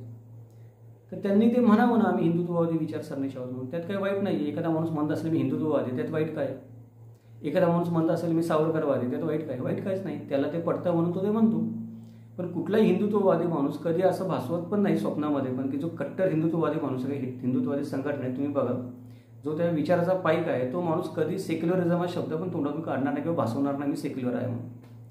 एखादा सावरकरवादी माणूस आहे तर तो चुकूनही कधी गांधीवादी गोष्टीबद्दल बोलणार नाही, ती बाजू घेणार नाही, त्या माणसाच्या कडेला उभं राहणार नाही. म्हणजे हे जे लोक खरे आहेत ना ते खरे आहेत. इथे प्रयत्न काय आहे तर त्याच्याबद्दल काही आक्षेप असायचं पण काही कारण नाही. मी ते सगळ्या गोष्टी मानणारा माणूस आहे आणि त्या मतांचा आदर करणारा माणूस आहे. कोणी हिंदुत्ववादी आहे म्हणत असेल तर मला आदर आहे. कोणी म्हटलं मी सावरकरवादी मला आदर आहे. कोणी म्हटलं गांधीवादी मला आदर आहे. आपल्या देशात स्वातंत्र्य आहे ना, प्रॉब्लेम काय? पण मला त्या गोष्टीचा राग येतो की एखादा माणूस आहे हिंदुत्ववादी पण दाखवतो स्वतःला सेक्युलर. मग तसं तुम्ही करू नका ना. मग या पुस्तकामध्ये चाललंय काय गिरीश कुबेरांचं की ते पुस्तकामध्ये विचारसरणी मांडतायत हिंदुत्ववादाचे, शिवाजी महाराजांना हिंदू सिद्ध करण्यासाठी प्रयत्न करतायत, पण स्वतः मात्र मी सेक्युलर आहे, मी त्यातला काही नाही, मी मध्यममार्गी आहे, मी लेखक आहे, मी इतिहासकार आहे, अशा प्रकारे भासवायचा प्रयत्न नाही. पण तुम्ही आहात तर तुम्ही सांगा मी आहे म्हणून, विषय मिटला. कोणाला काय आक्षेप आहे त्याच्यावर? ते आहे चांगली गोष्ट. काही गुन्हा नाही आपल्या देशामध्ये हिंदुत्ववादी असताना, किंवा अजून तुम्ही कम्युनिस्ट असता तो पण काही गुन्हा नाही. कोणी म्हणाला आहे तर आहे ना. पण ही गोष्ट जी आहे ना ही चुकीची आहे की पुस्तक लिहायचं आणि परत स्वतःला अजून दाखवायचं मी नाही त्यातला म्हणून. ही गोष्ट याच्यामध्ये होते. पुढचं आता एक आहे की काही लोक असं म्हणतात की गिरीश कुबेरांकडून ते चुकीचे झालं असेल. काही आहेत लोक बोलणारे म्हणजे गिरीश कुबेर कच्चे खेळाडू आहेत असं काही लोकांना वाटतं. हां ठीक आहे, मला वाटतं ते कच्चे खेळाडू नाही आहेत, ते मंदबुद्धी आहेत. म्हणजे हे विधान फार विचार करून करतो मी. कच्चा खेळाडू कुणाला म्हणतात? ज्याने एखादी गोष्ट अर्धवट केली असेल, ज्याला कळली नसेल, ज्याला येत नसेल, जमत असेल त्याने. गिरीश कुबेरांनी या गोष्टी सगळ्या जाणून बुजून विधानं केली आहेत, जाणून बुजून दिलेली आहेत. कारण ते संपादक पदावर बसलेले व्यक्ती, त्यांना माहिती आहे काय विधान करतोय आपण, त्याचे काय परिणाम होऊ शकतात. तरी पण त्यांनी ती विधानं केलेली आहेत, परिणाम होत असेल. त्यामुळे ते मंदबुद्धी माणूस असला पाहिजे की एकतर त्याला ते परिणाम माहीत नसावेत किंवा परिणाम होऊन पण विधान करत असेल. म्हणजे बुद्धी चालत नाही ना म्हणून करतो. कच्चे खेळाडू नाही आहेत. सगळ्यात शेवटचा मुद्दा, गिरीश कुबेरांना कदाचित असं वाटलं असेल की मी खूप पुस्तकं लिहिली आता ऑइलच्या याच्यावर, त्यानंतर आपण म्हणतो आखाती देशांवर, परराष्ट्र विधानावर. आता हे सगळं केलं, मला मिळालं, लोकसत्ताचा संपादक पण झालो मी. आता एक पुस्तक लिहितो इतिहासावर आणि इतिहासकार होतो मी. दुर्दैवानं परिस्थिती अशी आहे की हे पुस्तक लिहून गिरीश कुबेरांनी स्वतःच्या पायावर फोडा पाडून ठेवली. फोडा पाडली अशा रीतीने की हे पुस्तक लिहिल्यावर त्यांना कोणी आता इतिहासकार तर म्हणणार नाहीच, पण आता लोक त्यांच्या संपादक असण्यावर पण शंका घ्यायला लागतील. ही एक मोठी गोष्ट त्यांच्या आयुष्यामध्ये त्यांनी स्वतःची मोठी हानी करून घेतली हे पुस्तक लिहिलं. मला वैयक्तिक त्यांच्याबद्दल काही आकस नाही किंवा वैयक्तिक काही बोलायचं कारण पण नाही. हे जे काही आपण बोललो ते आपण ते पुस्तकामध्ये जे लिहिले त्याच्यावरून बोललो. अजून काही पुस्तक लिहिणार असतील ते शिवाजी महाराजांबद्दल किंवा इतिहासाबद्दल मराठ्यांच्या, त्यांनी अवश्य द्यावं. आपल्या शुभेच्छा त्यांच्या पाठीमागे. पण कृपया या चुका करू नये एवढी विनंती, बाकी काही नाही त्यामध्ये. तर आता आपण इथेच थांबूया. जवळजवळ 1 तास 27 मिनिटाचा व्हिडिओ होत आला. तर हा रिव्ह्यू थोडासा स्पष्ट वक्ता होता, म्हणजे एवढं स्पष्टपणे मी कधी बोलत नाही. पण म्हणजे स्पष्टपणे बोलत नाही याचा अर्थ खोटं बोलतो असं नाही, पण शक्यतो लोकांची मनं दुखवू नयेत किंवा एवढे स्पष्टपणे बोलू नये अशी इच्छा असते माझी की एखादी गोष्ट समजावून सांगण्याची वेळ आली तरी पण सगळ्यांची मनं राखून कशी समजावून सांगता येतील असा प्रयत्न आपण करत असतो. पण या पुस्तकामध्ये या एकाच प्रकरणामध्ये एवढ्या ढळळीत गोष्टी खोट्या लिहिल्यात आणि स्पष्ट खोट्या लिहिल्यात. आता स्पष्ट न बोलून चालायचं कसं? लिहिणारा एवढं स्पष्टपणे लिहितो तर आपण त्याचं मन न दुखवता त्याला त्याच्या चुका दाखवू नाही शकत, म्हणून स्पष्ट बोलावं लागलं याच्यामध्ये. तरी पण जर कोणाच्या भावना दुखवल्या असतील, अगदी गिरीश राऊतांना पण यातला एखादा शब्द थोडासा अवमानकारक किंवा दुसऱ्या याने वाटत असेल तरी माझी तशी काही इच्छा नव्हती किंवा भावना नव्हती आणि जाणून बुजून त्या गोष्टी केलेल्या नाही. ते मी गिरीश राऊत साहेबांना पण सांगू इच्छितो याच्यामध्ये. हा फक्त वैचारिक मतभेदांचा भाग आहे, थोडाफार जो आहे पुस्तक परीक्षणाचा भाग आहे. व्यक्तिशः एक व्यक्ती म्हणून जो काही आदर असायला पाहिजे आपल्याला प्रत्येकाला एकमेकांबद्दल, तो गिरीश कुबेर साहेबांबद्दल आहेच. एवढंच मला आता या ठिकाणी सांगायचं आहे. तर आपण इथे थांबूयात. ही हा भाग तुम्हाला कसा वाटला किंवा हे जे आपण पुस्तक परीक्षण केलं ते तुम्हाला कसं वाटलं ते तुम्ही मला अवश्य कळवा. माझ्याकडून पण काही चुकलं असेल किंवा एखादा संदर्भ देताना चुकला असेल किंवा मी एखाद्या गोष्टीची कारणमीमांसा चुकीची केली असेल तर ते पण माझ्या लक्षात आणून द्या की नाही सर तुम्ही असं चुकीचं बोलला इथे याच्यामध्ये बोल. मला पण माझ्या स्वतःमध्ये सुधारणा करायला आवडेल किंवा कारण उद्या कोणी मला म्हणू नये. आज मी साहेबांच्या गिरीश कुबेर साहेबांच्या पुस्तकाचा रिव्ह्यू करतो, उद्या कोणीतरी माझ्या बोलण्याचा रिव्ह्यू करेल तेव्हा या चुका माझ्याकडून होऊ नये. त्यामुळे तुम्ही करू शकता. तुम्हाला माहिती आहे नेहमीप्रमाणे मी म्हणत असतो की कळवाच तुम्ही मला काय चुकत असेल तर. तर आता आपण इथे थांबूयात आणि उद्या भेटूयात आपण दुसऱ्या व्हिडिओमध्ये. उद्याचा व्हिडिओ आपण सोयराबाईंच्या हत्येबद्दल बनवत आहोत, कारण या व्हिडिओमध्ये आपण तो विषय घेतला नाही. खरं तर या व्हिडिओमध्ये तो विषय घ्यायला पाहिजे होता, पण हेच जे आपण बोललो तेच 1.5 तासाचं बोलणं झालं आपलं. आणि सोयराबाईंचा हत्येबद्दल नाही, बोलता बोलता चुकून होऊन गेलं, सोयराबाईंच्या मृत्यूबद्दल. सोयराबाईंचा जो मृत्यू होता तो मृत्यू कसा झाला, म्हणजे तो नैसर्गिक मृत्यू होता, विषप्रयोग होता का त्यांनी विषप्राशन केलं, आणि सोयराबाईंची या कट कारस्थानामधली एकंदरीत भूमिका काय होती ते आपण सोयराबाईंच्या दृष्टिकोनातून बघूयात. कारण मला असं वाटतं की इतिहासामध्ये हे कट कारस्थान जे झालं, राजाराम महाराज संभाजी महाराजांना पदावरून हटवायचं, त्या कट कारस्थानाकडे सगळ्या दृष्टीने विचार केला गेला आहे. पण जर समजा मी सोयराबाई आहे असं जर विचार केला तर काय चित्र दिसतं हे विचार नाही केला गेला. इन्व्हॉल्वमेंट जर आपल्याला सोयराबाईंच्या या विषयामध्ये शोधून काढायचे असेल तर इन्व्हॉल्वमेंट शोधून काढण्यासाठी आपल्याला काय करावं लागेल, आपल्याला सोयराबाईंच्या दृष्टीने थोडंफार किंवा त्यांच्या जागी स्वतःला ठेवून विचार केला पाहिजे. आणि मग आपल्याला कदाचित कळू शकेल की त्यांची इन्व्हॉल्वमेंट होती का नव्हती त्या कट कारस्थानामध्ये, असेल तर किती होती, सहभाग किती होता, त्या सूत्रधार होत्या का नव्हत्या, का कोण सूत्रधार होतं, कर्तधारता कोण होतं. 2-2 वेळा संभाजी महाराजांच्या विरोधामध्ये कट कारस्थान झालं, ते 2-2 वेळा गोष्टी होऊ कशा शकतात एकदा बंड बसल्यानंतर. त्या सगळ्या गोष्टींचा विचार आपण पुढच्या व्हिडिओमध्ये करूयात. त्या व्हिडिओचं नाव आहे सोयराबाईंचं जे काही मृत्यू झाला तो कशा प्रकारे झाला. ठीक आहे, तर आता आपण इथेच थांबूयात, परत भेटूयात पुढच्या व्हिडिओमध्ये. धन्यवाद. जय महाराष्ट्र.